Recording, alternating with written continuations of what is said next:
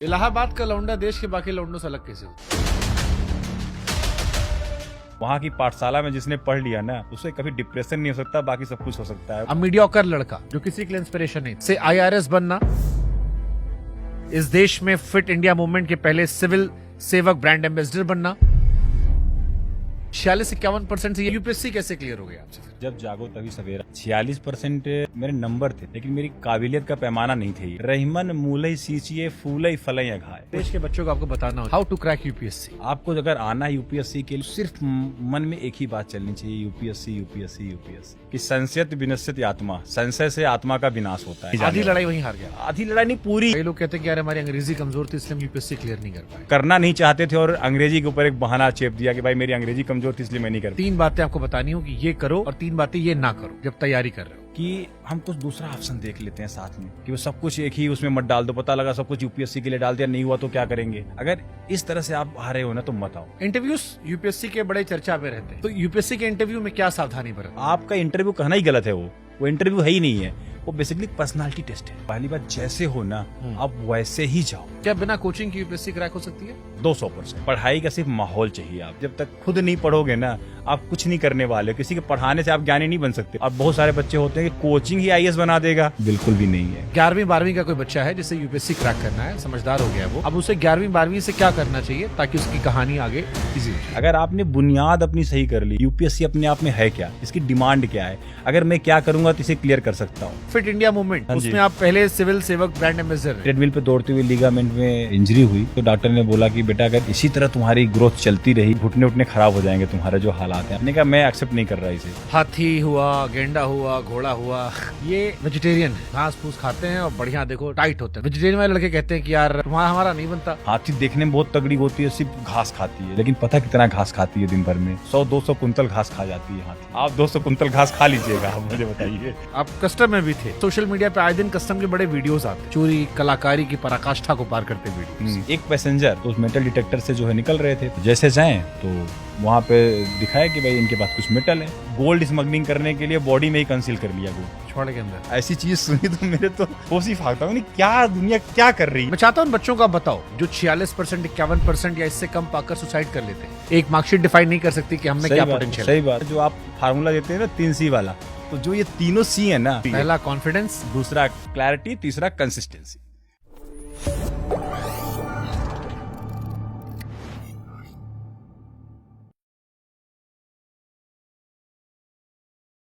इस बात से फर्क नहीं पड़ता कि आप शुरुआत कहां से करते हैं। फर्क इस बात से पड़ता है कि जब आप वाकई में शुरुआत करते हैं तो आप कितनी शिद्दत से शुरुआत करते हैं, आप अपने पैशन को लेकर कितने प्रोफेशनल हैं। और यही अंतर बनाता है एक सक्सेसफुल और फेलियर इंसान के बीच में। आज जिस शख्स से हम आपको मिलवाने वाले उनकी कहानी खास है। खास इसलिए है क्योंकि जो शख्स 10वीं में 46% और 12वीं में 51% लाए, क्या वो आपके लिए आइकन हो सकता है? हो सकता है, अगर समय रहते उसने अपने आप को बदला हो। ये कहानी है नरेंद्र यादव की। आईआरएस नरेंद्र यादव जी, स्वागत है आपका। थैंक यू सुमंकर भाई। ये सही कहा मैंने कि फर्क नहीं पड़ता शुरुआत कैसे करते हैं, फर्क ये पड़ता है कि जब आप सीरियस हो रहे हैं। बिल्कुल सही बात है, बिल्कुल सही है। 46%, 51% नंबर। सही अब मीडियोकर लड़का जो किसी के लिए इंस्पिरेशन नहीं था, ऐसा मत बनो। सही बात है। से आईआरएस बनना, इस देश में फिट इंडिया मूवमेंट के पहले सिविल सेवक ब्रांड एम्बेसडर बनना और इंडिया को कई जगह रिप्रेजेंट करना। सही बात है। इंस्पिरेशनल कहानी आपकी, बट इस कहानी की शुरुआत में ले जाओ। 46-51% से ये कैसे पॉसिबल हुआ? देखिए, जैसा आपने बोला ना, जब जागो तभी सवेरा, जो बहुत कॉमन बोलचाल की भाषा में हम लोग बोलते हैं। 46% मेरे नंबर थे, परसेंटेज थे। ये बेसिकली आप कह लो अंक थे, लेकिन मेरी काबिलियत का पैमाना नहीं थे ये। आप अंक कुछ भी ला सकते हैं, लेकिन आपकी काबिलियत वो एक दूसरी चीज़ होती है जो आपको ही पता होती है कि आपके अंदर पोटेंशियल है कि नहीं है। हम लोग क्या करते हैं कि तुरंत ठप्पा लगा देते हैं, किसी के अंक कम आए तो नकारा है, किसी काम का नहीं है, जबकि ऐसा होना नहीं चाहिए। हमारे समाज में जो है बहुत सारे ऐसे लोग हैं जो कभी हो सकता है पढ़ाई भी ना किए हों, लेकिन बहुत काबिल लोग हैं, बहुत आगे तक गए। तो जो अंक है सर ना, मैंने अपनी काबिलियत को शुरू से जाना था, पहचाना था कि मैं पढ़ नहीं रहा हूँ इसलिए मेरे अंक नहीं है। जिस दिन पढ़ूंगा उस दिन पूरे अंक आएंगे। तो बस इतनी सी बात थी कि भाई लोगों ने ठप्पा लगाने की कोशिश की, कि नाकारा है, निठल्ला है, कुछ नहीं करेगा, लेकिन मुझे पता था कि मैं बहुत कुछ कर सकता हूँ जब मैं सीरियस होऊंगा। तो ये उसी चीज़ था, मैं सीरियस किसी और चीज़ में था ना उस समय। क्रिकेट खेलता था, क्रिकेट को लेके सीरियस था, पैशनेट था, वहाँ अपना 100% देता था।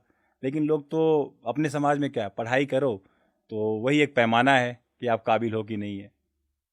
नहीं नरेंद्र भाई, मेरे जहन में सवाल ये आता है कि हमारे देश में हर साल जब 10th और 12th के रिजल्ट आते हैं तो 10-5 खबरें तो आती हैं कि इन बच्चों ने सुसाइड कर लिया बिल्कुल आती है। क्योंकि नंबर कम आए, फेल हो गए। आपके 46% 10वीं में थे, 51% 12वीं में थे, और फिर आपने देश की सबसे टफ परीक्षा यूपीएससी क्लियर की। आप इस वक्त आईआरएस है, सीनियर लेवल पे हैं, जीएसटी अधिकारी हैं, अलग अलग जगह भी काम कर रहे हैं। मैं चाहता हूं उन बच्चों को आप बताओ जो 46%, 51% या इससे कम पाकर सुसाइड कर लेते हैं, कि जिंदगी कैसे आगे होती है, कैसे नंबर जो है, जो हम कहते हैं कि एक मार्कशीट डिफाइन नहीं कर सकती कि हमें क्या पोटेंशियल है। सही बात है। नहीं, मैं सारे बच्चों से यही कहना चाहता हूँ कि आपके अंक कम आ रहे हैं तो दो चीज़ें हैं। एक तो आप ये समझो कि आपने साल भर पढ़ा है क्या। नॉर्मली क्या होता है हमारे यहाँ सिस्टम क्या है एजुकेशन का, कि जब एग्ज़ाम आता है तो हम लोग पढ़ना शुरू करते हैं, और कुछ बच्चे होते हैं जो साल भर पढ़ रहे होते हैं। अगर आप उस कैटेगरी में हो जो एग्ज़ाम आ रहा है तब पढ़ रहे हो और आपके नंबर कम आ रहे हैं, तो आप रिलैक्स रहो, मतलब आप बहुत चिल हो और बहुत अच्छा करोगे, आपको परेशान होने की ज़रूरत नहीं है। लेकिन अगर आपने साल भर पढ़ा है और उसके बाद नंबर नहीं आ रहे हैं, फिर आपको एक बार रीलुक करने की ज़रूरत है कि आपके टीचर कौन थे या आपके पोटेंशियल क्या है, तब वो एक बार रीथिंक करने की ज़रूरत है। लेकिन हाँ, जो आपका प्रश्न था कि आत्महत्या करना, सुसाइड करना, ये कहीं से भी जो है ना, मतलब जस्टिफाइड नहीं है कि भाई आपके नंबर कम आ रहे हैं, आप डिप्रेस हो जा रहे हैं। ऐसा होता क्यों शुभंकर भाई ना, कि हमारे समाज में लोग एक्सपेक्टेशन बहुत लगा लेते हैं। एक्सपेक्टेशन क्या, अब जैसे मैं ही था, अगर हाई स्कूल में अगर मैं फेल भी हो जाता तो मुझे पता था ना मैं फेल हो सकता था। 46% तो जस्ट बॉर्डर लाइन ही था। लेकिन आप क्या होता है, समाज आपको नहीं जीने देता कि भाई फलाने का बेटा फेल हो गया। अब वो अपने पापा की इज्जत की वजह से, अपने घर वालों की इज्जत की वजह से कई बार ऐसे कदम उठा लेता है। लेकिन ऐसे चीज़ बच्चों को कभी भी नहीं करनी चाहिए, क्योंकि एक फेलियर आपकी ज़िंदगी की दिशा और दशा तय नहीं कर सकता। जीवन बहुत बड़ा है, और एक एग्ज़ाम, छोटा सा एग्ज़ाम, चाहे 10वीं का हो, 12वीं का हो, दोबारा तिबारा भी आप कर सकते हैं। कोई एक लाइफ में तो कोई ऐसा नहीं कि एक ही बार मौका मिल रहा है आपको। तो ऐसा तो बिल्कुल भी नहीं करना चाहिए। और दूसरी चीज़ है कि आपसे बेहतर जज आपका कोई नहीं। अगर आप अपने आप को जज कर पा रहे हो कि आपने अगर उन दिनों में पढ़ाई की है तो ठीक है, कोई बात नहीं, तो आगे ये बढ़ो। यूपीएससी कैसे क्लियर हो गई आपसे फिर, अगर देखिए- आपको पढ़ाई में मन नहीं लग रहा था? देखिए, यूपीएससी को भी पहले अटेम्प्ट में तो 22 साल के आप थे। क्लियर होने के पीछे लॉजिक कुछ नहीं है सर। सिंपल सी बात है कि कुछ बेसिक्स फंडामेंटल चीज़ें होती हैं। अगर आपने, जैसे रहीमदास जी बोलते हैं ना, रहीमन मूलई सींचिए फूलई फलई अघाए। अगर आपने बुनियाद अपनी सही कर ली, जैसे एक पौधा होता है, आप उस पौधे के जड़ में पानी डालिए, पौधा बड़ा भी होगा, फूल भी लगेंगे, फल भी लगेगा। उसी तरह से यूपीएससी है। यूपीएससी में क्या है, मुझे पता था कि मैंने कभी बेसिक पढ़ाई भी नहीं की है ढंग से। तो मैं जब यूपीएससी की तैयारी शुरू किया तो पहले मैं समझा, पूरे इकोसिस्टम को समझा कि भाई यूपीएससी अपने आप में है क्या, इसकी डिमांड क्या है, अगर मैं क्या करूँगा तो इसे क्लियर कर सकता हूँ। तो जब मैंने ये देखा कि भाई मैं तो कक्षा 6 से मुझे पढ़ना पड़ेगा, क्योंकि एनसीईआरटी लोग बोलते हैं पढ़ना चाहिए यूपीएससी के लिए। अब यूपीएससी में एनसीईआरटी क्यों पढ़नी चाहिए, मेरा प्रश्न ये था, पढ़ना चाहिए तो क्यों पढ़ना चाहिए? अच्छा, इसलिए पढ़ना चाहिए कि आप एडवांस जो लेवल है उसको समझ पाओ, तो आपकी बुनियाद अच्छी रहेगी तभी समझ पाओगे। अब पता चला मैं ग्रेजुएट तो हो गया था इलाहाबाद यूनिवर्सिटी से, इतनी बड़ा, मतलब हमारा कहते नहीं पूर्व का ऑक्सफोर्ड भी बोला जाता है, और मैं पॉलिटिकल साइंस से ग्रेजुएट था सर। और आप मेरे को जो है ना फंडामेंटल राइट्स और ड्यूटी का डिफरेंस पूछते ना तो शायद मैं हिल जाता, क्योंकि मैं भी उसी कैटेगरी का था। एग्जाम टाइम आएगा, क्वेश्चंस आएंगे, एक रात पढ़ के एक पास हो रात गए, पढ़ के पास 2 हो दिन गए। बाद पूछोगे तो याद नहीं।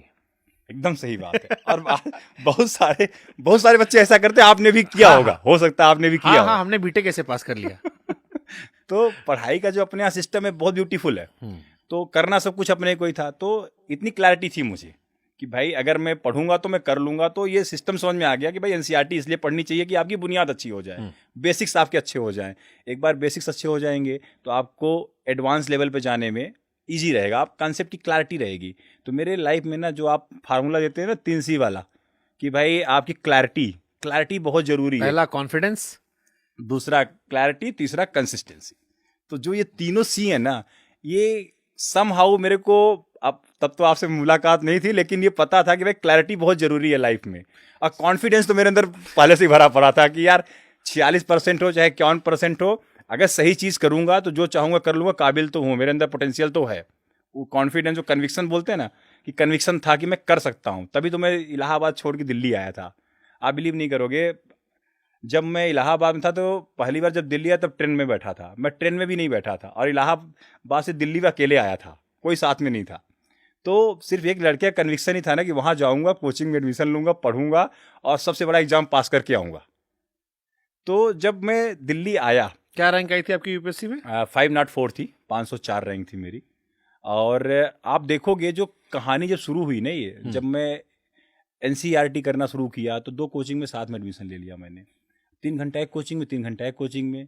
और जब मैं 6 घंटे पढ़ के आता तो कभी इतना नहीं पढ़ाई की थी, 6 घंटे एक साथ, और घर पे कुछ पढ़ता नहीं था। तो मैं समझ गया भाई अगर कोचिंग खेलते रहेंगे ना तो पढ़ाई लिखाई तो होनी नहीं, कुछ नहीं होने वाला। आप 2 महीने के अंदर मैंने दोनों कोचिंग जो है छोड़ दी। समझ गया इनका पैटर्न कि भाई वहाँ पे क्या सिखाया जाता है, क्या करना है, कैसे करना है, करना अपने को ही है। जैसे होता नहीं कि भाई जब तक खुद नहीं पढ़ोगे ना आप कुछ नहीं करने वाले हो, किसी के पढ़ाने से आप ज्ञानी नहीं बन सकते, पढ़ना तो खुद ही पड़ेगा। तो जब ये चीज़ बात मैंने समझी तो फिर किताबें लेके अपने रूम में बैठा। और वहाँ भी कैसा होता था शुभंकर भाई कि दिन के टाइम पे जो है ना, मुखर्जी नगर का एरिया में मैं रहता था, सारे बच्चे जो है ना, जैसे इलाहाबाद का हॉस्टल्स होता है, बच्चे रूम में घुस जाएं और वही शुरू हो जाए, अब आएँ और गप मारना शुरू कर दें तो पढ़ाई वहाँ भी ना हो। और ऐसा हो जाए कि भाई आप किसी को भगा भी नहीं सकते रूम से, कोई आ गया दोस्त यार तो भाई बैठो, अब कुछ कुछ चल रहा है। फिर वहाँ मैंने जो है एक सिस्टम बनाया अपना कि भाई रात में पढ़ेंगे, दिन में सोएंगे, क्योंकि दिन में डिस्टर्बेंस पूरा था। अब आप किसी को भगा सकते नहीं रूम से। अब थोड़े इमोशनल लोग हम लोग, भाई दोस्त यार आ गए तो उनके साथ गप भी मारनी, ये नहीं बोल सकते भाई तुम जाओ पढ़ेंगे, तो बोलते थे बड़े पढ़ाकू हो रहे हो तुम यार, 2 मिनट बतिया लोगे तो क्या हो जाएगा, आज ये पढ़ के तुम ससुर हाँ आज एक पढ़ के तुम ही हो जाओगे, ताना अलग से मिलता था। तो फिर ही लगता था भाई इसे बतिया ही लिया जाए। मतलब चीज़ें ऐसी होती थी कि रात के 9-10 बजे के बाद में सारे निशाचर सो जाते थे, मतलब जिसको पढ़ना लिखना नहीं हो गया। अब रात के 9 बजे से मैं बैठता था, सुबह जब सूरज चाचा जो है अपने निकल जाते थे तब तक पढ़ता था, और उसके बाद उनको नमस्ते करके आराम से सोता था, फिर 1:30-2 बजे उठता था। तो ये रूटीन लगभग 8-9 महीने मैंने फॉलो की। और इस 8-9 महीने के अंदर इतना इंटेंसिव चीज़ें, इतना ज्ञान, इतना सब कुछ जो यूपीएससी की रिक्वायरमेंट थी वो मैंने इकट्ठा कर ली कि भाई ये है। और इतनी क्लैरिटी हो गई कि आज तक वो क्लैरिटी बनी हुई है। और हमारे एक मित्र होते थे, आपने कहानी पूछी है तो उनका जिक्र भी बहुत ज़रूरी है। वो हमारे रूम पार्टनर भी रहे कुछ दिन तक। तो सुबह उठते ही एक सवाल पूछते थे, नरेंद्र यूपीएससी में यार बहुत कम रिजल्ट होता है, 0.001% लोग सफल होते हैं, इतने लाखों लोग एग्ज़ाम देते हैं और कोई जो है 400, 500, 700 बच्चे सेलेक्ट होते हैं, अपना सिलेक्शन होगा कि नहीं होगा। यार मतलब ऐसा क्वेश्चन कोई सुबह सुबह उठ के हर दूसरे तीसरे दिन आपसे पूछे तो आपको कैसा लगेगा? आपका भी कॉन्फिडेंस हिलेगा, उनका भी। बिल्कुल उनका तो हिला हुआ है, वो उनका आपका भी तो हिलाना हमारा था। हिलाने की कोशिश कर रहे हैं वो। तो फिर उस कंडीशन में उनको एक ही चीज़ बोलता था, देखो भैया यूपीएससी का ये सिलेबस है जो डिफाइन है कि इसमें 4 चीज़ें लिखी हुई हैं। अगर ये 4 चीज़ें मैं पढ़ के जाऊँगा, इसमें से कुछ भी पूछेगा मैं लिख के आऊँगा, मुझे नहीं पता बाकी। अगर मैं लिख के आऊँगा तो नंबर क्यों नहीं आएंगे? मैं क्यों सोचूं मेरा होगा कि नहीं होगा? एटलीस्ट जो चीज़ दिया गया मुझे, मैं उसकी तो प्रिपरेशन ढंग से कर लूँ। मैंने कहा भाई आपका पता नहीं मुझे, मैं तो इतना पढ़ के जाऊँगा, इसमें से जो आएगा लिख के आऊँगा। मैंने वही फंडा फॉलो किया। मैं एकदम बॉदर नहीं करता था कितने लोग सिलेक्ट हो रहे हैं, कितने नहीं हो रहे हैं, क्या हो रहे हैं। अपने को क्या करना है अपन उस पर फोकस रहते थे कि भाई अपने को ये करना है। और उस दरमियान ऐसा भी होता था कई बार कि टेस्ट देने जा रहे हैं, हो सकता है मैं फेल हो जा रहा हूँ टेस्ट में, मॉक टेस्ट में, या चौथे नंबर 5वें नंबर पे आ रहा हूँ, मुझे कोई फ़र्क नहीं पड़ता, कोई टॉप करो नहीं करो, अपन तो अपना टेस्ट दे के आ जाते थे कि चलो अपने अभ्यास अपना हो गया। तो धीरे धीरे इन चीज़ों से जब हो रहा था और जो कॉन्फिडेंस हमारा बढ़ता जा रहा था, भाई मैं अपने सिलेबस पूरा कर लिया हूँ, ये लिख लिया हूँ, आंसर अपने बना लिए हैं। तो पहली बार जब अपना प्रीलिम्स दिया, पहली बार में प्रीलिम्स हो गया, मेंस देने गया, मेंस हो गया, और इंटरव्यू देने गया, इंटरव्यू हो गया। तो सर पता ही नहीं चला कब क्लियर हो तो गया अगर सब देश कुछ। के बच्चों को आपको बताना हो, जो बच्चे तैयारी कर रहे हैं, हाउ टू क्रैक यूपीएससी, 3 बातें आपको बतानी हो कि ये करो और 3 बातें ये ना करो जब तैयारी कर रहे हो। सबसे पहली चीज़ तो अपने ऊपर आपको भरोसा होना चाहिए कि आप कर सकते हो, उसमें कोई डाउट नहीं होना चाहिए, फुल कन्विक्शन होना चाहिए कि कहते नहीं अपन कर सकता वाली बात है कि अपन कर सकता है, तब तो आप आओ। अगर आप रात दिन क्या होता है ना कि एक और थ्योरी चलती है साथ में बच्चों के साथ कि हम कुछ दूसरा ऑप्शन देख लेते हैं साथ में, अगर इधर नहीं हुआ तो उधर चले जाएंगे, वैसा नहीं हुआ तो ये कर लेंगे। और एक और लोग ज्ञान देते हैं don't put all eggs in single basket, कि वो सब कुछ एक ही उसमें मत डाल दो, पता लगा सब कुछ यूपीएससी के लिए डाल दिया, नहीं हुआ तो क्या करेंगे। अगर इस तरह से आप आ रहे हो ना तो मत आओ। आपको अगर आना है यूपीएससी के लिए, अटेम्प्ट लेना है, तो सिर्फ मन में एक ही बात चलनी चाहिए, यूपीएससी यूपीएससी यूपीएससी, और पूरा कन्विक्शन आपको होना चाहिए कि आप कर सकते हो। तो आपकी सफलता के जो प्रतिशत हैं वो 100% बन जाएंगे, क्योंकि आपने एटीट्यूड जो है सही बना लिया अपना कि आप कर सकते हो।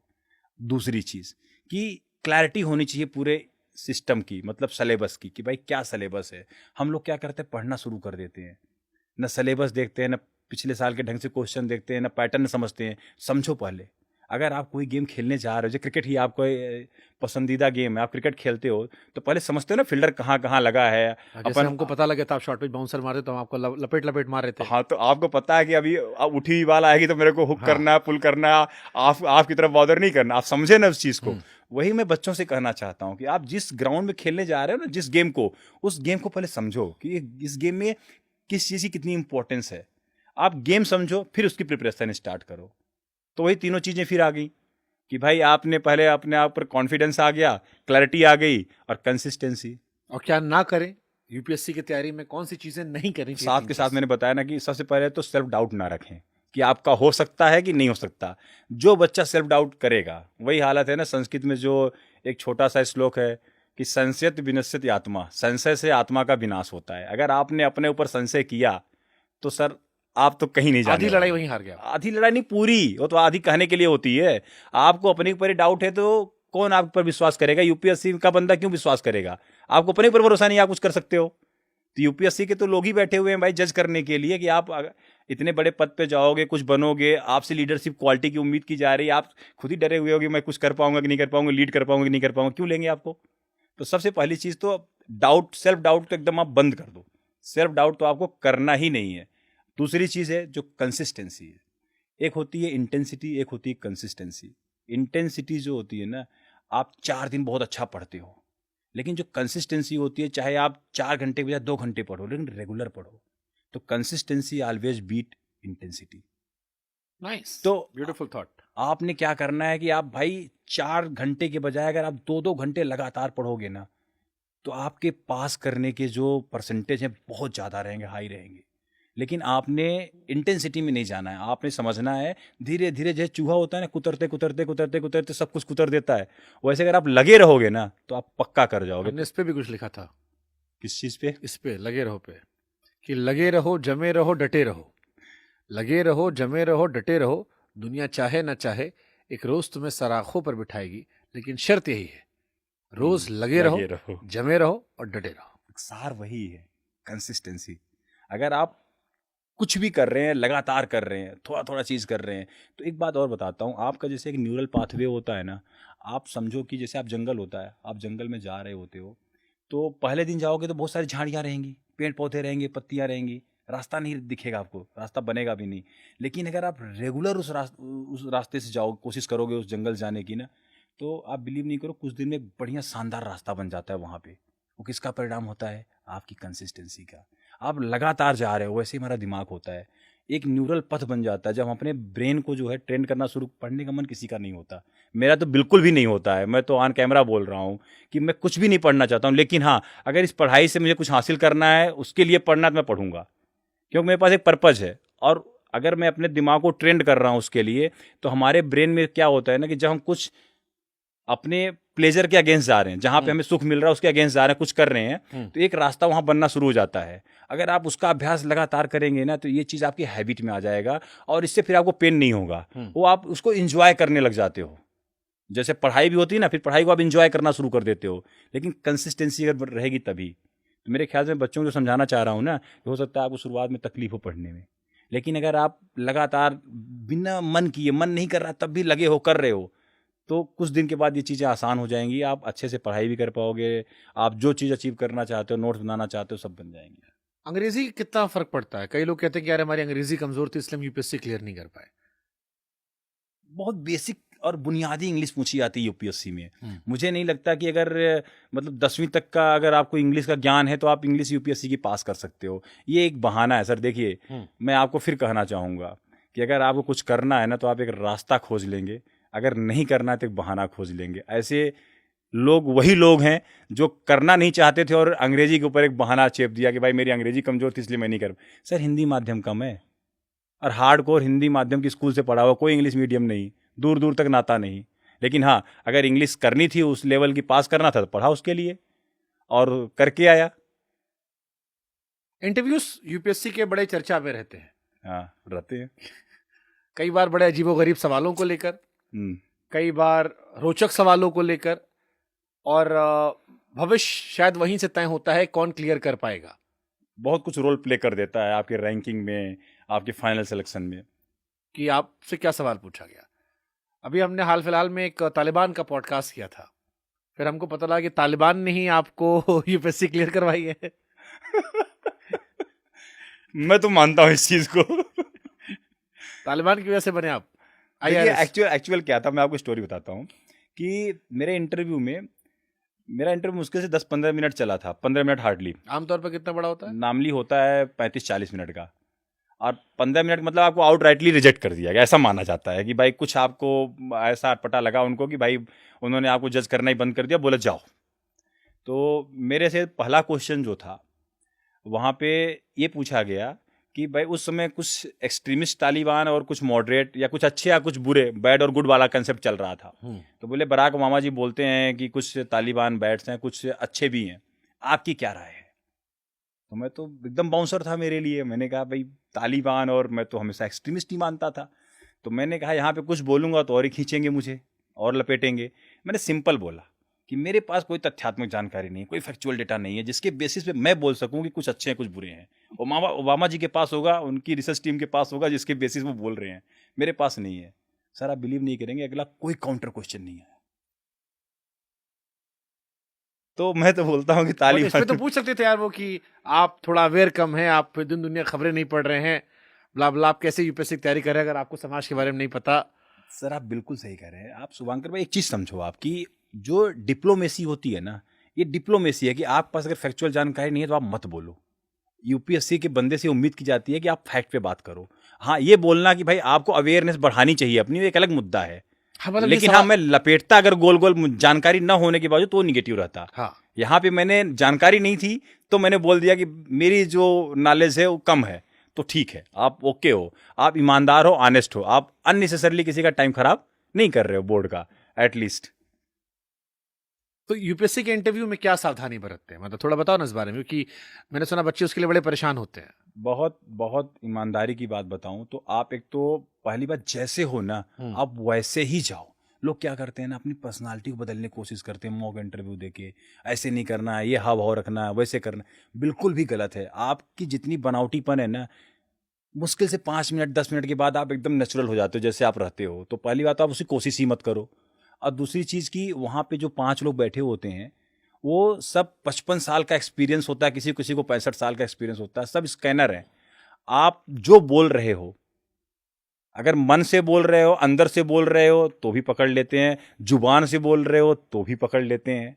तो आपको जज करना उनके लिए 10-15 मिनट ही चाहिए, उससे ज़्यादा नहीं चाहिए। हाँ, अगर आप बहुत कॉम्प्लेक्स पर्सनालिटी हो तो हो सकता है 25-30 मिनट उनको लग जाए कि लड़का है क्या, समझ में नहीं आ रहा है। तो कहने का मतलब है कि आप ओरिजिनल रहो और किसी के प्रति कोई बायसनेस लेके मत जाओ। जो समझ में आता है अपना स्टैंड लो और फैक्ट के साथ रहो, तथ्यों पे रहो। यूपीएससी बहुत आसान है, वो एक लीडर ढूंढते हैं, तो लीडरशिप क्वालिटी दिखाओ उनको, और तो उनको कुछ चाहिए ही नहीं। वो आपका इंटरव्यू कहना ही गलत है, वो इंटरव्यू है ही नहीं है, वो बेसिकली पर्सनालिटी टेस्ट है। आपकी पर्सनालिटी में वो लीडर है क्या? आप पढ़ के आ गए, लिख के आ गए, रट्टा मार लिया, प्रीलिम्स हो गया, मेंस में आपने एक्सप्रेशन कर दिया, ठीक है। क्या आप खड़े होके लोगों के सामने 4 शब्द बोल सकते हो कि नहीं? आप लोगों को लीड कर सकते हो कि नहीं? वो आपके अंदर एक लीडर ढूंढते हैं। तो लीडरशिप आप क्वालिटी दिखाए, क्यों नंबर नहीं आएंगे? नाइस। लेकिन बहुत सारे लड़के इसकी तैयारी करते डिमोटिवेट होते हैं। तो जो वो लड़के जो डिमोटिवेट है, डिप्रेस्ड है, वो कैसे अपने आप को ओवरकम करे? क्योंकि आप ही कहानी में तो 40-50% वाला लड़का यूपीएससी क्लियर कर रहा है, बड़ा फैसिनेटिंग लग रहा है मुझे तो। और डिप्रेशन में आपको है नहीं, कॉन्फिडेंस 7वें आसमान पे है, मुझे लग रहा है भाई जिंदगी झंड बा लेकिन घमंड बा। तो लेकिन एक साधारण लड़का जिसके नंबर कम आ रहे हैं, जो डिप्रेस्ड है, सपने बड़े हैं, वो डिप्रेशन कैसे निकले? देखिए, सबसे पहले तो जो आप डिप्रेशन शब्द का इस्तेमाल कर रहे हैं, मैं इसी से सहमत नहीं हूँ, क्योंकि डिप्रेशन क्या है? अगर आप देखेंगे तो जो आप अपने ऊपर पूरा प्रेशर ले लिए हैं कि भाई मुझे नहीं हो पा रहा है, मैं नहीं कर पा रहा हूँ, मैं फेल होता जा रहा हूँ, अननेसेसरली आप प्रेशर ले रहे हैं। पहली बात तो डिप्रेशन में जाने की ज़रूरत ही नहीं है, क्योंकि आपका एग्जाम है, अगर आपने मान लीजिए तैयारी अच्छी नहीं थी, जल्दी कर लिए, कुछ न कुछ तो दुर्घटना हुई होगी। जैसे आप क्रिकेट जब खेलने जाते हैं, कई बार आपने अगर अच्छी प्रैक्टिस नहीं की, आप कितने अच्छे खिलाड़ी हों, अगर आप जाते हो हो सकता है पहली बाल पे आप बोल्ड हो जाएं, हो सकता है कई बार आप अगर अच्छी प्रैक्टिस करके गए तो उसका ही फायदा मिलता है। वहाँ पे आपको पहली गेंद से ही आपको अच्छी से आई साइट आपकी सेट हो जाती है, आप अच्छा खेलते हैं। तो एग्जाम भी सेम वैसे ही है। मान लीजिए कि आप यूपीएससी दे रहे हैं, प्रिपरेशन अच्छी नहीं तो फेल होना तो स्वाभाविक है, आप उसकी जितनी क्राइटेरिया है। तो अगर मान लीजिए 1 अटेम्प्ट लिया, 2 अटेम्प्ट लिया, फेल हो गए, आपके सपने बड़े हैं, तो एंड ऑफ द एरा नहीं है। आपने जो लर्निंग ली है वहाँ से, जो चीज़ें आपने सीखी है इस प्रोसेस में, उससे आप एक बहुत अच्छे नागरिक बनते हैं। फिर बहुत सारे अलग अलग चीज़ें हैं जिसमें आप काम कर सकते हैं आज के समय में। यूपीएससी के अलावा बहुत सारे एग्जाम हैं। तो डिप्रेस होने का तो मतलब ही नहीं है। अगर आप एक लीडर हैं, अगर आपको लगता है, आप मानते हैं आपके अंदर क्वालिटी है, तो आप कहते नहीं, जैसे आप भी बोलते हैं कि आपसे आज सब कुछ अगर छीन लिया जाए, फिर आप वहीं से शुरू कर सकते हैं। तो डिप्रेशन किस चीज़ का है भाई? एग्जाम तो ठीक है, पास हो गए, नहीं पास हुए तो कुछ और बेहतर करेंगे। तो बेहतर तो आप कभी भी कहीं भी कर सकते हैं। एग्जाम तो कोई क्राइटेरिया नहीं है। क्या बिना कोचिंग की यूपीएससी क्रैक हो सकती है? 200%। मैं आज भी बोलता हूं कि पढ़ाई का सिर्फ माहौल चाहिए आपको। माहौल को मैं बहुत वरीयता देता हूं। बिना माहौल के काम नहीं होता। आप कोई बच्चा मेरे से ये पूछे कि मैं दिल्ली जाके पढ़ सकता हूं, तो मैं बोलूँगा दिल्ली निकल जाओ। क्योंकि जब आप एक माहौल में रहते हो ना, तो आसपास जो लोग होते हैं ना, आप उनको देखते हो। आप देखते हो तो आप असेस करते हो अपने आप को। जैसे मानो कि अगर आप जिम में वर्कआउट कर रहे हो, वर्कआउट करते हो तो आप क्या होता है, एक इंसान को देखते हो कि यार मेरे ज़्यादा वजन उठा रहा है। आप मोटिवेट होते हो यार कि नहीं, मेरे को भी अच्छी मसल बनानी, थोड़ा वजन ज़्यादा उठाऊंगा मैं भी। उसी तरह जब एक बच्चा ज़्यादा पढ़ रहा होता है ना, तो आप उसको देख के थोड़ा मोटिवेटेड फील करते हो, आप इंस्पिरेशन लेते हो कि नहीं यार वो अच्छा कर रहा है, मुझे भी करना है, उसकी प्रिपरेशन इतनी हो गई है, मुझे भी करनी है। तो वो एक माहौल जो है ना, आपको कम्पिटिटिवनेस देता है, आपको प्रेरित करता है कुछ अच्छा करने के लिए। लेकिन जब आप अकेले होते हो ना, तो वहाँ पे सेल्फ अवेयरनेस आपको बहुत चाहिए कि मैं किस लेवल पे हूँ, मैं कितना कर लिया हूँ। क्योंकि ऑनलाइन भी आजकल सिस्टम चल रहा है, लेकिन सेल्फ अवेयरनेस तब भी आपको चाहिए। तो उस कंडीशन से कहीं बेहतर है कि आप जो है, अगर आपको माहौल मिल रहा है तो आप माहौल में जाइए। अब रही बात कोचिंग करने की या नहीं करने की, तो कोचिंग का अगर ज्ञान आपको हो गया, आजकल तो ऑनलाइन भी है, और आप सेल्फ अवेयर हो गए हो, तो कोई ज़रूरत नहीं कोचिंग करने की। मेरा तो सेल्फ अवेयरनेस ही था। मैं तो कोचिंग नाम के लिए गया था, दे के समझ गया कि भाई यहाँ पे आने का मतलब है कि फंसना, तो मैं तो निकल गया। और बहुत सारे बच्चे होते हैं कि कोचिंग ही आईएएस बना देगा। बिल्कुल भी नहीं है। कोचिंग तो आपको कहते हैं, जैसे पानी होता है ना, पानी में आप तैरने जाते हो ना, पानी तैरने में सहायक होता है। अब पानी ही आपको तैरा देगा, ये पॉसिबल नहीं है ना सर। वैसी कोचिंग है। तो जो बच्चा 9-10 में पढ़ रहा हो, उसका सपना हो यूपीएससी क्रैक करने का, उसे क्या एडवाइस दोगे? उसे अभी है कि अभी 9-10 पे फोकस। चलो 11-12 का मान लेते हैं, थोड़ा बड़ा बच्चा लेते हैं। 11वीं-12वीं का कोई बच्चा है जिसे यूपीएससी क्रैक करना है, समझदार हो गया है, वो सपने बड़े। अब उसे 11वीं-12वीं से क्या करना चाहिए ताकि उसकी कहानी आगे इजी हो जाए? बहुत सिंपल है। अगर आप पहले अटेम्प्ट में क्रैक करना चाहते हैं, तो अभी आपके पास जो 11वीं-12वीं का एनसीईआरटी है, आप उसको ध्यान से पढ़ें, क्योंकि उसी एनसीईआरटी से क्वेश्चंस आते हैं, वही बेसिक है, बुनियाद है। इसके अलावा जो आपने पीछे 6, 7, 8 पढ़ा, उसको ध्यान से पढ़ें। और आने वाले जो आपके 3 साल ग्रेजुएशन के होंगे, यूपीएससी में 1 साल पहले से प्रिपरेशन स्टार्ट करनी पड़ती है। तो जब आपने अगर एनसीईआरटी कर ली है, इनके नोट्स बना लिए हैं, तो थोड़े थोड़े एक एक एडवांस किताबें लेके आप पढ़ना शुरू करें। बहुत सिंपल है, हो जाएगा। बहुत मेहनत नहीं करनी है, बस एक कंसिस्टेंसी आपको रखनी पड़ेगी। सिविल सर्वेंट जो होते हैं, आमतौर पर उनको लेके एक धारणा होती है कि वो मोटे से होते हैं, हैवी तोंद होती है, एक धारणा होती है हमारे दिमाग में। सही धारणा है। सिविल सर्वेंट ऐसे होते हैं। हम आपके फोटोज वीडियोस देख रहे थे, आप पैक्स वैक्स बनाए थे, और अभी भी शायद है अंदर टी-शर्ट के, है? बिल्कुल बिल्कुल है।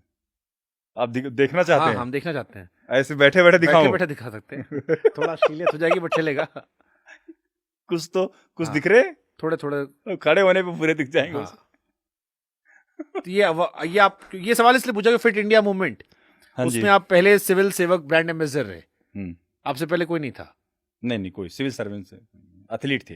एथलीट होते हाँ, थे? नॉन एथलीट मैं पहला हूँ, लेकिन मैं अपने आप को एथलीट ही मानता हूँ, सिविल सर्वेंट होते हुए भी। तो ये कैसे पॉसिबल हो गया? क्योंकि जो एथलीट्स आमतौर पर जाते हैं फिट इंडिया मूवमेंट में, उनके लिए इंस्पिरेशन होती है, उनका रोजमर्रा का हिस्सा वो है।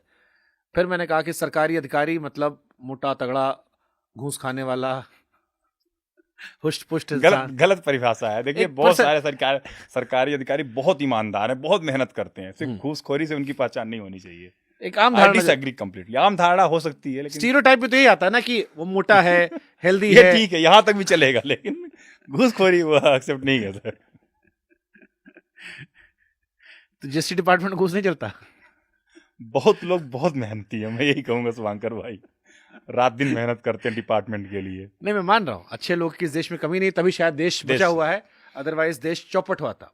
अच्छे लोगों ने ही बचा रखा है। बिल्कुल। और वो जो अच्छे लोग हैं उनको हम सब सैल्यूट करते हैं, हालांकि वो उंगलियों पर गिनने वाले हैं।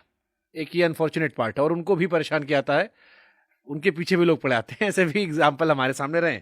बट थोड़ा इसके बारे में बताओ ना, फिट इंडिया मूवमेंट ये कहाँ से आपके लिए आ गया लाइफ में? देखिए मेरा क्या है कि अगर इसको एक्सप्लेन करना, थोड़ा पीछे चलना पड़ेगा मुझे अपनी जर्नी में। ईयर 2012 जब मैंने फील्ड पोस्टिंग पे आया, तो मेरे को क्या है कि सब चीज़ इजी लगने लग गया। आप एक लड़के को जो 24-25 साल का है, आप फील्ड में जा रहा है यंग सा, और विशाखापत्तनम मेरी पहली पोस्टिंग हो गई, तो वहाँ पे बहुत अच्छा जो है खाना पीना, सी फूड वगैरह सब बहुत बढ़िया, और मेरा वज़न काफ़ी बढ़ गया था। तो उस समय मैं मेरे ख्याल से 86 केजी का हुआ, और 86 से 107 पहुँच गया था, 107 किलो। तो उस दरमियान में थोड़ी सी ट्रेडमिल पे दौड़ते हुए लिगामेंट में इंजरी हुई। तो डॉक्टर के पास गए, तो डॉक्टर ने बोला कि बेटा अगर इसी तरह तुम्हारी ग्रोथ चलती रही हेल्थ में, तो तुम जो है ना बहुत जल्दी जो है मतलब घुटने उठने ख़राब हो जाएंगे तुम्हारे जो हालात हैं। वजन कम करो, थोड़ा बढ़िया सा फिटनेस उटनेस सही करो। मैं क्या, क्रिकेट खेलने का पूरा शौकीन, वहाँ पे भी जो है जितनी भी नेवी की टीम थी, पुलिस की टीम थी, सब साथ मैच खेलता था, और मेरे ये इंजरी हो गई तो मैं बहुत सेटबैक में चला गया कि अब क्या करेंगे।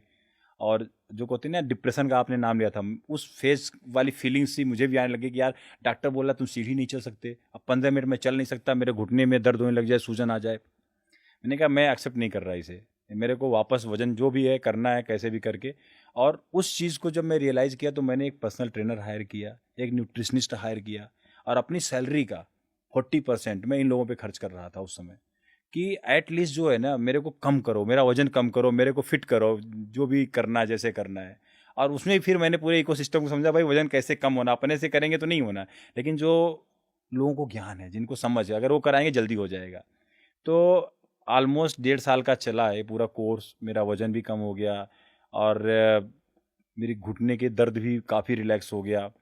और बाद में मेरे को फिटनेस का तब महत्व समझ में आया कि फिटनेस क्या चीज़ है। उसमें विराट कोहली साहब नए नए फिटनेस की तरफ बहुत उनका रुझान बढ़ रहा था, और एकदम तो मुझे लगा नहीं यार, फिट तो रहना बहुत ज़रूरी है, बाकी सब चीज़ सेकेंडरी है।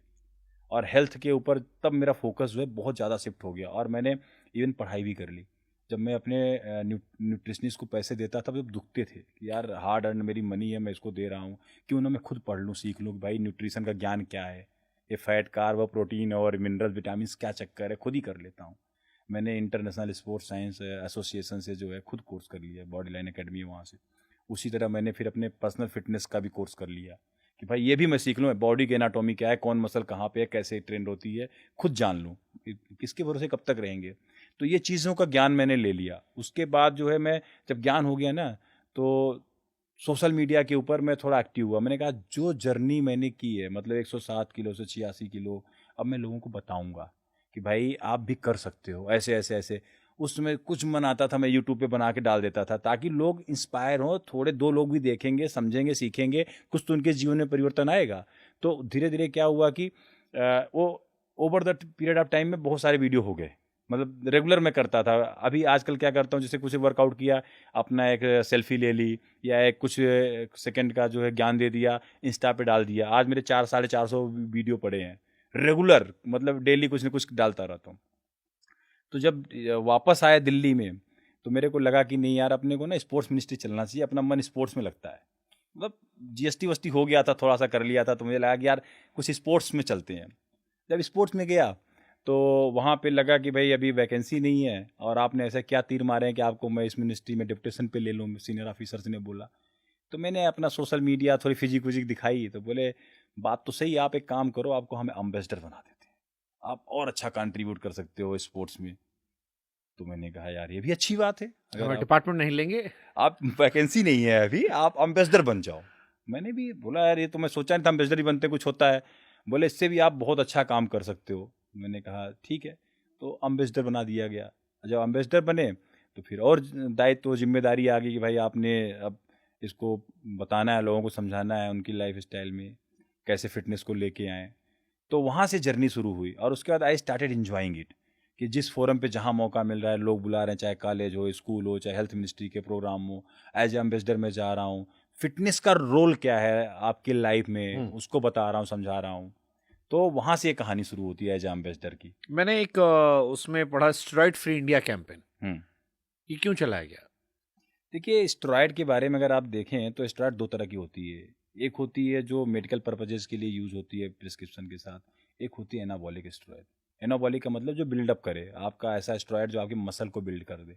बट एन- हमारे यहाँ जिम में 70% लोग शायद स्टेरॉइड लेके बॉडी बनाते हैं, जिनकी हैवी बॉडी, उनको तो लोग कहते हैं कि इन्होंने स्टेरॉइड लिया है। सही बात है। और अभी आप देखेंगे ड्वेन जॉनसन, एक जो बहुत रॉक, और बहुत सारे लोगों को अगर आप खुद भी ऑब्जर्व करते होंगे तो कभी बहुत बड़े फ्रेम में होते थे, फिर अचानक से छोटे अब फ्रेम में। अभी तो बहुत पतला हो गया। हाँ, अ- रॉक बहुत पतले हो गए हैं अभी। हाँ, रॉक और ड्वेन जॉनसन शायद उनका असली हाँ हाँ नाम है। हाँ तो हाँ हाँ। वो आप देखेंगे बहुत बड़े फ्रेम में होते थे, अचानक से छोटे। रॉनी कॉलमैन को आप देखिए, जो विदेश में बहुत बड़े बॉडी बिल्डर होते थे, अभी देखिए कैसे हो गए। मैं जो स्टेरॉयड है ना, जब मैं देखा कि भाई जैसे वाडा है, वर्ल्ड की जो एंटी डोपिंग एजेंसी है, उसी के तर्ज पे अपने यहाँ जो है नाडा बनाई गई, नेशनल एंटी डोपिंग एजेंसी। इन लोगों का काम क्या है कि जो स्पोर्ट्स है वहाँ पे जितनी भी डोपिंग है, मतलब जो स्टेरॉयड का मिसयूज हो रहा है, उसको रोका जाए। इनका इनकी इनकी जिम्मेदारी दी गई। लेकिन एज ए स्पोर्ट्स तो ठीक है कि आप कोई खेल जा रहे हैं, आप जाके यूरिन टेस्ट ले रहे हैं, आप ब्लड का सैंपल ले रहे हैं, आप बता सकते हैं कि भाई आपने स्टेरॉयड लिया नहीं लिया। कई बार आप देखते भी हैं कि लोगों के मेडल वापस ले लिए जाते हैं, क्योंकि लोग इस चीज़ का प्रैक्टिस कर रहे हैं अपनी परफॉर्मेंस को इन्हेंस करने के लिए। लेकिन आजकल क्या हो गया है ना, वो बच्चा जो हमारे सेलिब्रिटीज से इंस्पायर्ड है और वो चाहता है कि मेरे सिक्स पैक हों, मेरे मसल्स हों अच्छे, क्योंकि उसे कुछ सिंपल कुछ नहीं करना, अपने स्कूल के अंदर लड़कियों को इम्प्रेस करना है। सिंपल उसका फंडा है और कुछ फंडा नहीं है। और उसके लिए जाता है जिम वाले ट्रेनर से, पूछता है भैया कितने दिन में मेरी बॉडी ऐसे बन जाएगी, किसी सेलिब्रिटी को दिखाएगा ऐसे बन जाएगी। वो भी सोचता है, फिर बोलता है 2 साइकिल चलानी पड़ेगी, बन जाएगी। अब साइकिल समझ में नहीं आएगा लोगों को, साइकिल की टर्मिनोलॉजी क्या है। इसमें जितने भी स्टेरॉयड की प्रिस्क्रिप्शन दवाएं होती हैं, उनको पर्टिकुलर एक वीक, फिर दूसरे वीक में इतने इंजेक्शन, तीसरे वीक में ओरल सिस्टम होता है पूरा। तो एक साइकिल चलती है 90 दिन की, 60 दिन की। तो वो बोलते हैं 2 साइकिल चलाओगे ऐसी बॉडी आ जाएगी। मतलब आपके स्टेरॉयड बेसिकली सिंथेटिक हार्मोन कह लो आप, जो चीज़ आपकी नेचुरल बनती है ना, जैसे टेस्टोस्टेरोन होता है, बॉडी में नेचुरल बॉडी प्रोड्यूस करती है, लेकिन उसमें क्या होता है कि आप इंजेक्ट कर लेते हो एडिशनल हार्मोन। तो टेस्टोस्टेरोन जब एक्स्ट्रा चला जाता है तो आप की मसल बिल्डिंग के लिए वो जाना जाता है टेस्टोस्टेरोन, तो आपकी मसल जल्दी अप हो जाती है। वो मसल तोड़ोगे तो रिपेयर जल्दी हो जाएगी, सिंथेसिस अच्छा हो जाता है। तो मतलब टेक्निकली सुई चुभवाते हैं जो लोग, देसी भाषा में आप कहते हैं। देसी भाषा में देखेंगे तो जो इंजेक्शन लेके बॉडी बनाते हैं, बोलते हैं ना कि हाँ इंजेक्शन लेके बॉडी बनाए भैया, इनकी नकली बॉडी है। हाँ। तो लड़के क्या करते हैं, इंजेक्शन डालते हैं, बॉडी बना लेते हैं। तो अब क्या है, ओपनली सोशल मीडिया पे भी होने लग गया है।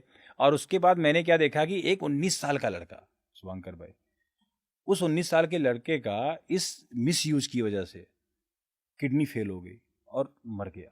और मेरी आंखों के सामने वो लड़का मेरे से मिला हुआ, एक दूसरा लड़का गौरव, वो सुसाइड कर लिया डिप्रेशन में। कि पहले बहुत बड़ा फ्रेम था, लोगों ने उसको ऐसे देखा था, अब जब उसने कुछ प्रॉब्लम आई लीवर वूवर में, छोड़ा उसको, तो सारे जितने भी बनाए हुए थे निकल गए। तो फिर उसने क्या सोच, तो आप भी कह रहे हो कि जो रॉक की बॉडी पहले इतनी थी और अब इतनी हो गई है? 200% he must have miss use the steroid.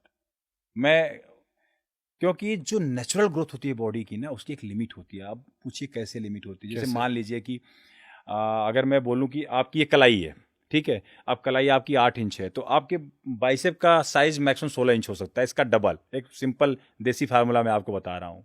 तो अगर आप ऐसे 8 इंच का है तो 16 इंच हो सकता है। यही आपकी एक नेचुरल कैपेसिटी होती है जो आप मसल्स गेन कर सकते हैं। लेकिन आपको चाहिए 18 इंच का डोला, आपको चाहिए 19 इंच का डोला, कहाँ से ले आएंगे आप?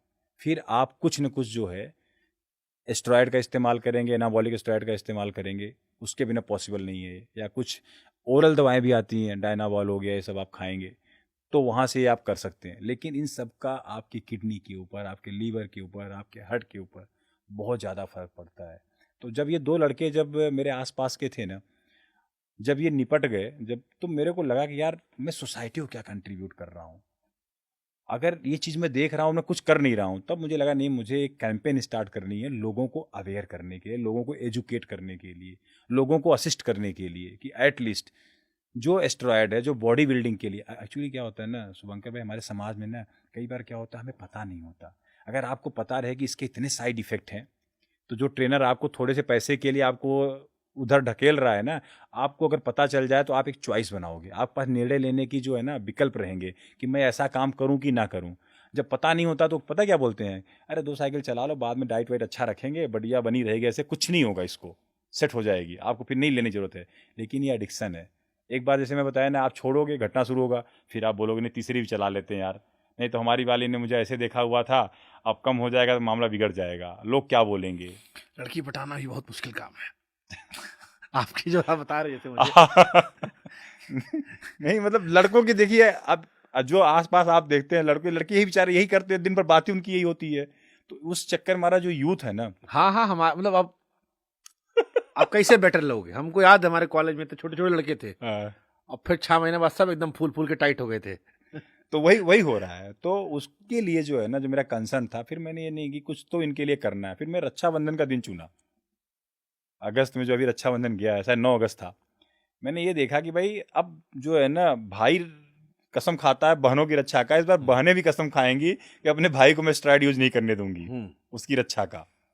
तो एटलीस्ट जो है, अब मेरा पर्पज यही है कि मैं लोगों को इन्फॉर्म करूं, एजुकेट करूं, चाहे स्कूल कॉलेज जो भी है जहाँ पे लोग यूज कर रहे हैं।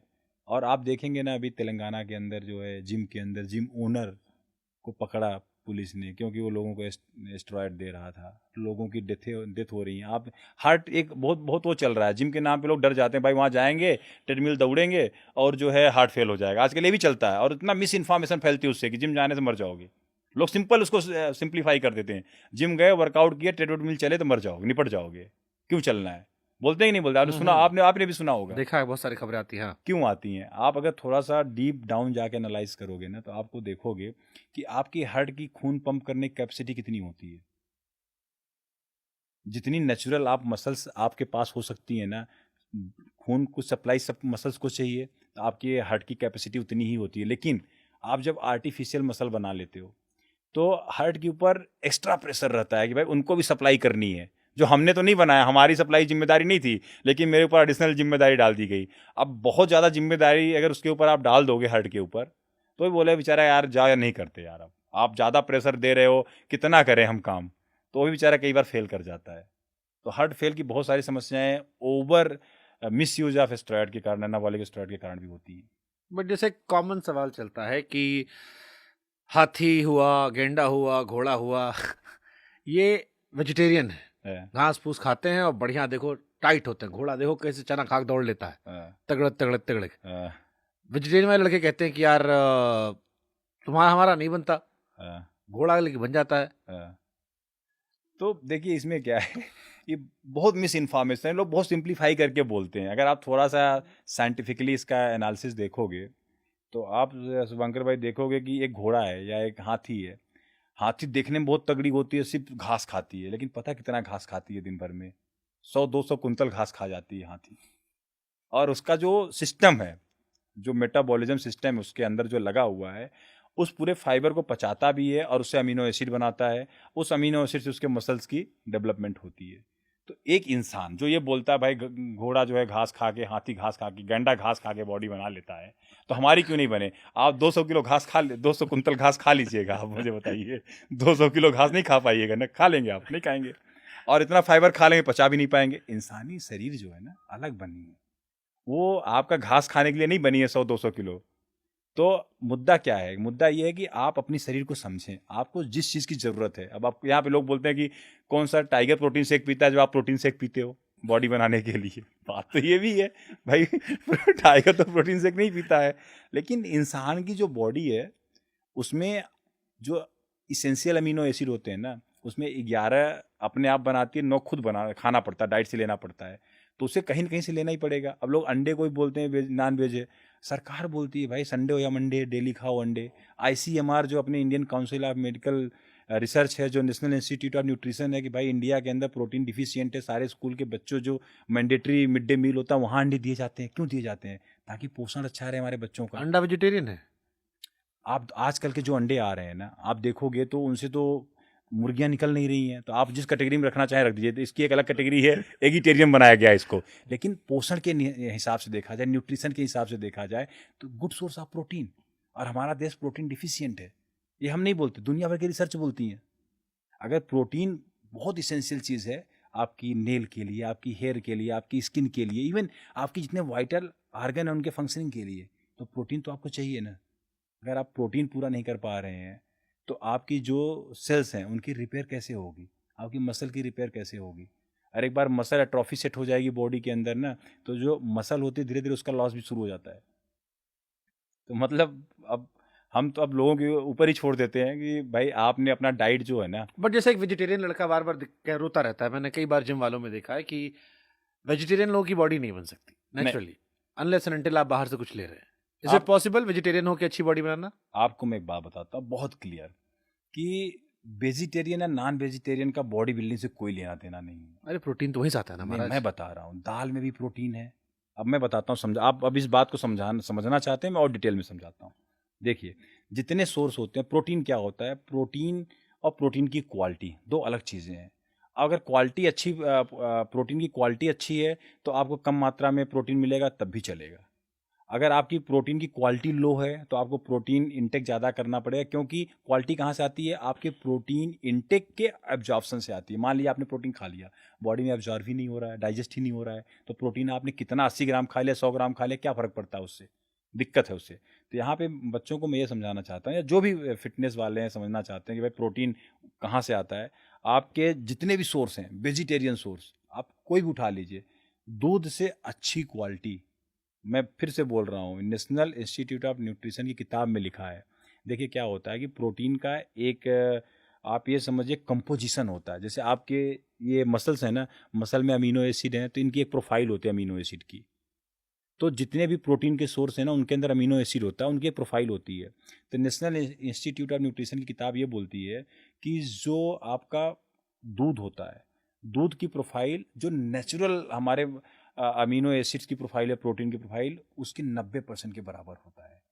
कितना होता है? 90%। 90%। तो दूध से अच्छी क्वालिटी का प्रोटीन सर कोई नहीं होता। आप अगर दूध नहीं कंज्यूम कर सकते हैं, आप बोलिए दूध भी नॉन वेजिटेरियन है, आप पूरी तरह वेगन है, आप ये भी बोल सकते हैं ना, मैं तो वेगन हूँ। आजकल एक कंसेप्ट ये भी चल रहा है, मैं दूध भी नहीं पीता। आप बताइए आगे। तो वेगन में अगर हम जाएँ, दूध तो बहुत अच्छा सोर्स हो गया। अब दूध से बनी चीज़ें, चाहे आपका पनीर हो गया, चाहे दही हो गई, गुड सोर्स ऑफ प्रोटीन। और प्रोटीन कितना खाना है वो भी हम बता देंगे अभी। लेकिन मुद्दे की बात क्या है कि सिर्फ रोना कि भाई प्रोटीन पूरा नहीं होता वेजिटेरियन से। अगर आप 1 गिलास दूध पी लेते हैं तो आपको 12 ग्राम प्रोटीन मिल जाता है। आधा लीटर पी लेंगे 24 ग्राम हो जाएगा, 1 लीटर पी लेंगे 35 ग्राम हो जाएगा। अगर आप 70 ग्राम के आदमी या 70 किलो के, 70 ग्राम आपको चाहिए मैक्सिमम। एक रोटी खा लेते हैं, 4 ग्राम प्रोटीन मिल जाता है। अच्छा, एक मज़ेदार चीज़ आपको बताता हूँ, रोटी और चावल में किसकी क्वालिटी अच्छी होती है प्रोटीन की? आप गेस मारो। चावल। हाँ, लेकिन चावल को लोग क्या करते हैं कि भाई चावल है, खा लेंगे फूल जाएंगे, कंसेप्ट यही लेके चलते हैं लोग। रोटी खाते हैं, बोलते हैं रोटी में, अब आजकल रोटी का भी कंसेप्ट बहुत अलग अलग चलता है, जौ की रोटी, ज्वार की रोटी, फलाना ढमका, पता नहीं क्या क्या रोटी बना दी है लोग, फिर सबको मिक्स भी कर दिया एक साथ कि लो जी मिक्स रोटी खा लो। अब चल रहा है ना ये सब कंसेप्ट। हाँ। लेकिन जो क्वालिटी आप राइस की जो प्रोटीन की क्वालिटी है बहुत अच्छी होती है इन कंपेरिजन टू दी आपकी रोटियों की, गेहूं की जो रोटी होती है। और अपने आप में क्या है कि आप चाहे, लोग क्या बोलते हैं, लोग बोलते हैं भाई कि मैं सिर्फ दाल खा लूं, दाल से प्रोटीन पूरा हो जाएगा। दाल के अंदर आप देखोगे ना तो एक लाइजिन नाम का अमीनो एसिड होता है, वो तो होता है, लेकिन मेथियोनाइन नहीं होता। मतलब आपस में दाल चावल पूरक है, मैं ये कहना चाहता हूँ। आप जब भी खाएं तो दाल चावल साथ में खाएंगे तो सारे अमीनो एसिड आपको मिल जाएंगे।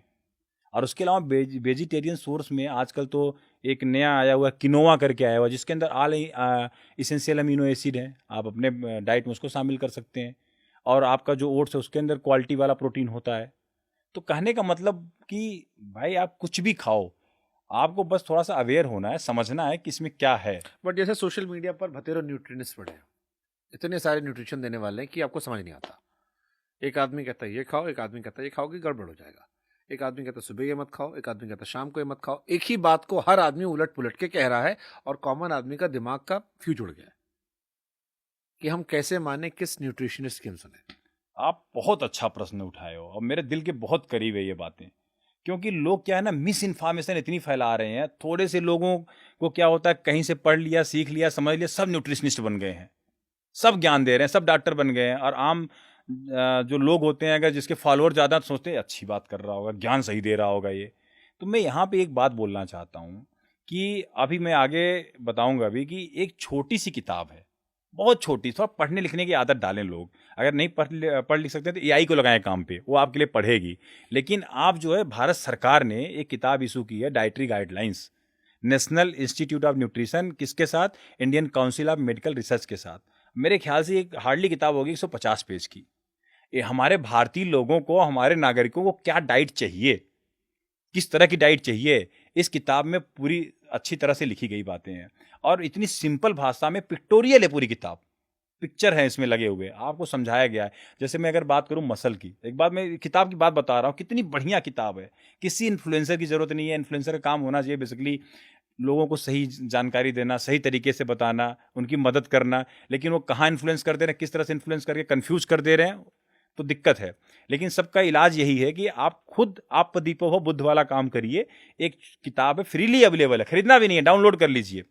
और उसमें जैसे एक बात मैं बता रहा था ना कि जैसे मसल है, अब मसल्स के अगर मैं आपको फायदे बताऊं ना, तो कल से आप भी स्ट्रेंथ ट्रेनिंग स्टार्ट कर दोगे। अगर नहीं कर रहे होगे तो सबसे पहली चीज क्या होती है कि अगर आपकी बॉडी के अंदर मसल्स हैं ना, तो आपकी जो ज्वाइंट्स होते हैं ना, ये इनमें पेन नहीं होता, ये सेफ रहते हैं।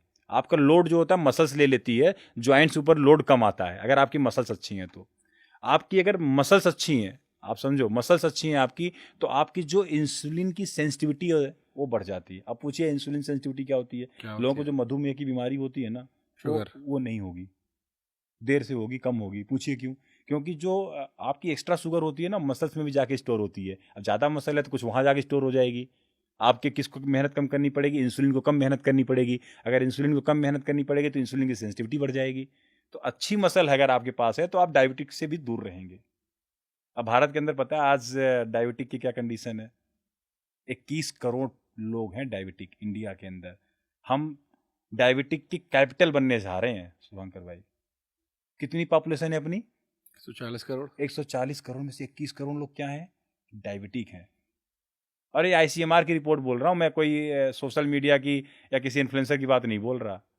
और 22 करोड़ लोग जो है ना, हाइपरटेंशन के शिकार हैं, जिसे हम लोग बीपी बोलते हैं। ओबेसिटी की तो बात ही छोड़ दीजिए आप। कहने का मतलब ये कितनी अलार्मिंग सिचुएशन है हेल्थ में। मैं वापस आ रहा हूँ अपनी मसल वाली बात पे, फिर इस पे आएंगे। तो आप ये समझो, जो मसल्स होती है ना, अगर आपके पास मसल्स अच्छी हैं तो आपकी एजिंग भी ग्रेसफुल होती है, स्लो होती है। सारा खेल तो देखिए, एज हर इंसान होना है, आप इस प्लेनेट पे आएंगे तो जाएंगे भी। कैसे आप एज कर रहे हैं, किस ग्रेस से के साथ आप एज कर रहे हैं, वो मैटर करता है। और मसल्स अगर आपके पास है ना, तो आपकी ग्रेसफुल एजिंग होगी, स्लो एजिंग होगी, बहुत फास्ट नहीं होगी। और हाँ, अगर आप मसल को ट्रेंड नहीं करेंगे तो एक होती है मसल एट्रोफी, मसल लॉस। वो ऑटोमेटिक जो है ना, कमज़ोर होती जाएगी, धीरे धीरे उसका लॉस भी हो जाएगा। तो जो चीज़ सही होना चाहिए था वो उल्टा हो जाएगा। मैं हमेशा बोलता हूँ स्ट्रेंथ ट्रेनिंग इसलिए इंसान को करनी चाहिए। और रही बात, जब मैं हेल्थ की बात कर रहा हूँ, जब मैं इतनी सारे आंकड़े आपको बता रहा हूँ, तो मैं एक चीज़ और कहना चाहता हूँ कि हमारे देश के अंदर सबसे प्राइमरी चीज़ क्या है शुभंकर भाई? सबसे प्राइमरी चीज़ क्या है? लोग जिसके लिए पागल रहते हैं, परेशान रहते हैं, नौकरी, पैसा, नौकरी, भूख। पैसा। ये सब किसके साथ है? शरीर के साथ। शरीर के साथ। आपकी किसी भी स्कूल में, किसी भी कॉलेज में आपको प्रमाण पत्र दिया जाता है, अंक प्रमाण पत्र। क्या होता है वो? अंक प्रमाण पत्र। क्या नंबर का। क्या आपके हेल्थ का प्रमाण पत्र आपको दिया जाता है? नहीं, क्यों नहीं दिया जाता है? हम उसको प्राथमिकता नहीं देते। देना चाहिए ना, उसके लिए कोई कॉस्ट थोड़ी ना है। अवेयर नहीं है हम लोग। क्या होता है, जब कोई आने वाले समय में, जब बच्चा यंग होता है तो पता नहीं होता कोई हेल्थ, लेकिन जब धीरे धीरे हैबिट डेवलप हो जाती है ना, हैबिट इंसान को मारती है। वो आगे जाके उसी हैबिट को फॉलो करना शुरू करता है, एंड जो खा रहा होता है खाना शुरू करता है। आपको एक हेल्थ कार्ड का भी सिस्टम बनाना चाहिए, अंक पत्र के साथ, अंक प्रमाण पत्र के साथ एक हेल्थ कार्ड भी होना चाहिए। उससे क्या होगा कि आपके बच्चे का जो है ना, हेल्थ की जो पैरामीटर्स हैं वो उसमें दिखेंगे कि भाई ये है, ये है, ये है। ना केवल बच्चे के लिए, इवन जो गवर्नमेंट के एम्प्लॉई हैं उनका भी एक हेल्थ कार्ड। आपने स्कीम दे दी कि बीमार हो तो इलाज करा लो, ठीक है, सरकार ने बोल दिया पैसे हम भर देंगे, आप रीएम्बर्स कर लेना, अच्छी बात है ये। लेकिन आप बीमारी की तरफ जाते क्यों हो? अपने हेल्थ इंफ्रास्ट्रक्चर को हम अच्छा करें, बहुत अच्छी बात है, लेकिन प्रिवेंटिव हेल्थ जो है वो सबसे ज़्यादा मैटर करती है कि आपका खर्चा ऑटोमेटिक कम हो जाएगा। तो मेरा पर्सनल ये ओपिनियन है कि आप भाई जितने भी बच्चे हैं छोटे छोटे ना, एक तो उनका हेल्थ कार्ड हम लोग बनाएं, और साथ में जो स्कूल कॉलेज के अलावा जो एम्प्लॉय हो गए या जो सरकारी एम्प्लॉय हो गए, उनके लिए जो है ना कुछ हम ऐसा व्यवस्था करें कि भाई उनको मोटिवेशन आए फिट रहने का। ये तो हो गई बच्चों की बात। जो आदमी घर पे अनहेल्दी है, उससे अपने आप को हेल्दी करना है, पर उसका समय नहीं जिम जाने का। बहुत बहुत सही सवाल है, बहुत कॉमन सवाल है। सबके पास यही बहाना साइटिस होता है शुभंकर भाई। लोग पता है क्या बोलते हैं? यार बहुत बिजी हूँ यार, टाइम ही नहीं निकाल पा। नरेंद्र, टाइम तो निकालना चाहता हूँ यार, लेकिन 2 दिन करता हूँ फिर उसी ढर्रे पे चला जाता हूँ। और मेरा रूटीन ऐसा है कि रात में मैं देर से आता हूँ, कहीं पता नहीं होता यार रात में काम करे दिन, मतलब लोग कुछ न कुछ कर लेते हैं। मैं इतना जानता हूँ कि फिट रहने के लिए सिर्फ आपकी नियत चाहिए। अगर नियत है ना, और जिस काम को करने की आपकी नियत होती है वो काम आप करते हो। सच्चाई है कि नहीं? आप इस चीज से मुस्कुरा रहे, इसका मतलब आप इस चीज को एक्सेप्ट कर रहे हो। सही बात है कि आपकी नियत चाहिए। आपकी नियत ही नहीं है फिट रहने की। जिस दिन कुछ मेजर हो जाएगा उस दिन आपकी नियति बनेगी थोड़ी बहुत कि मैं कुछ कर लूं। और रही बात जो मेरी तरफ से है ना, तो मैं तो यही बोलता हूँ कि भाई इंसान को 2 ही चीज़ फिटनेस की तरफ ले जा सकती हैं। एक उसकी कुछ रिकॉग्निशन हो जाए या उसको कुछ मोटिवेशन मिल जाए। अगर अभी पार्क में क्या होता है ना, हमारा एक दोस्त होता था जब मैं तैयारी करता था, वो कहीं भी रहे सुबह उठेगा जरूर और पार्क में जरूर जाएगा, क्योंकि उसकी वाली आती थी पार्क में घूमने, तो उसके पास मोटिवेशन होता था सुबह उसको देखने का कि भाई आएगी और मैं जाऊंगा देखूंगा। मोटिवेशन बहुत बड़ी चीज़ है। लोग बोलते हैं ना मोटिवेशन बकवास है, ये है, फ्यूज 4 दिन बाद उसका फ्यूज निकल जाएगा, ये हो जाएगा। लेकिन किसी चीज़ को स्टार्ट करने के लिए मोटिवेशन से अच्छा किक स्टार्ट नहीं हो सकता। उसको सस्टेन कैसे करना है वो बात की चीज़ है, लेकिन किक स्टार्ट करवा देता है मोटिवेशन।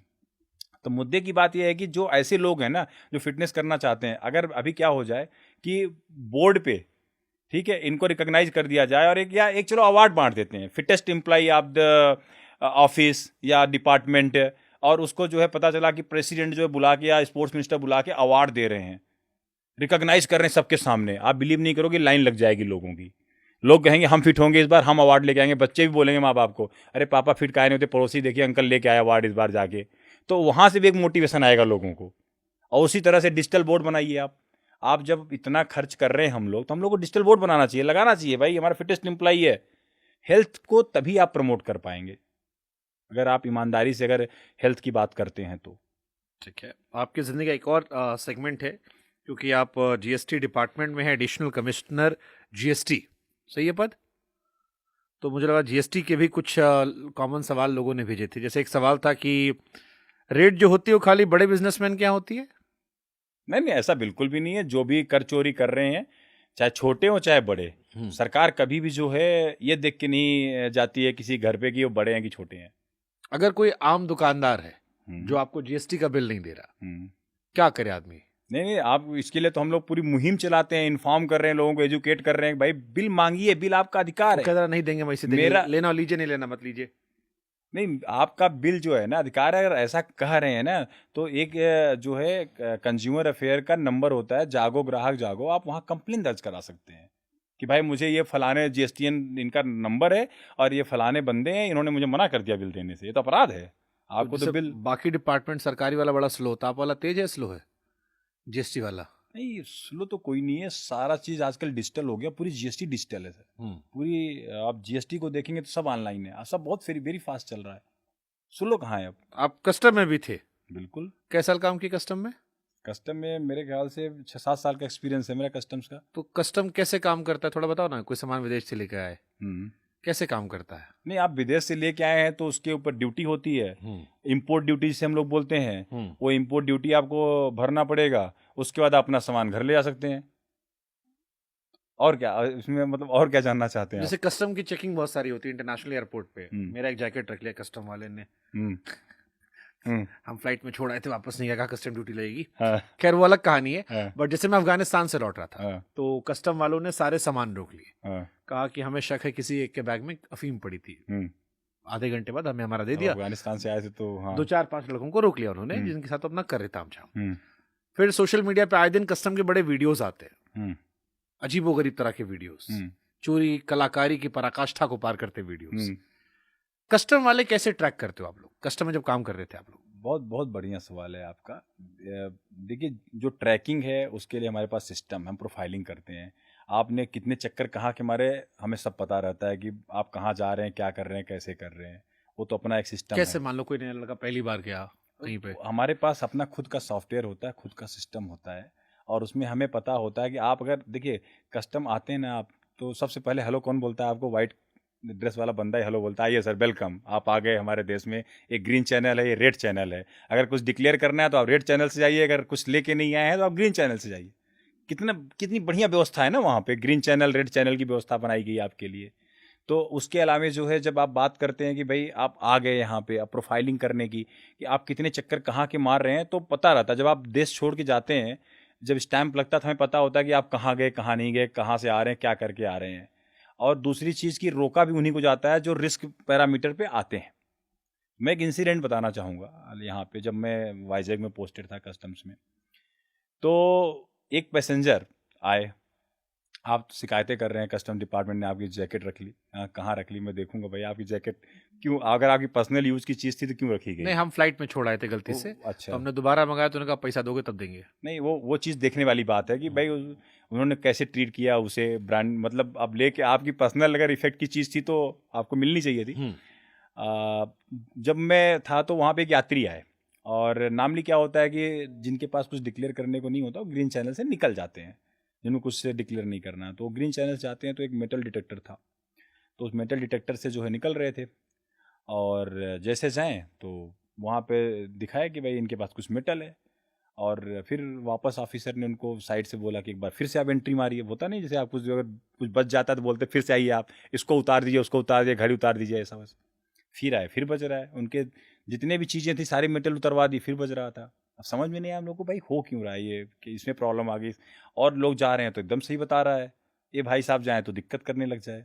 फिर इनको पर्सनल फ्रिस्किंग रूम में ले जाया गया, पर्सनल फ्रिस्किंग के लिए। जब वहाँ पे गए देखे, तो फिर जब उनकी बॉडी में लगाए, जब बम के पास ले गए, तो फिर वहाँ पे जो है वो बता रहा है मेटल।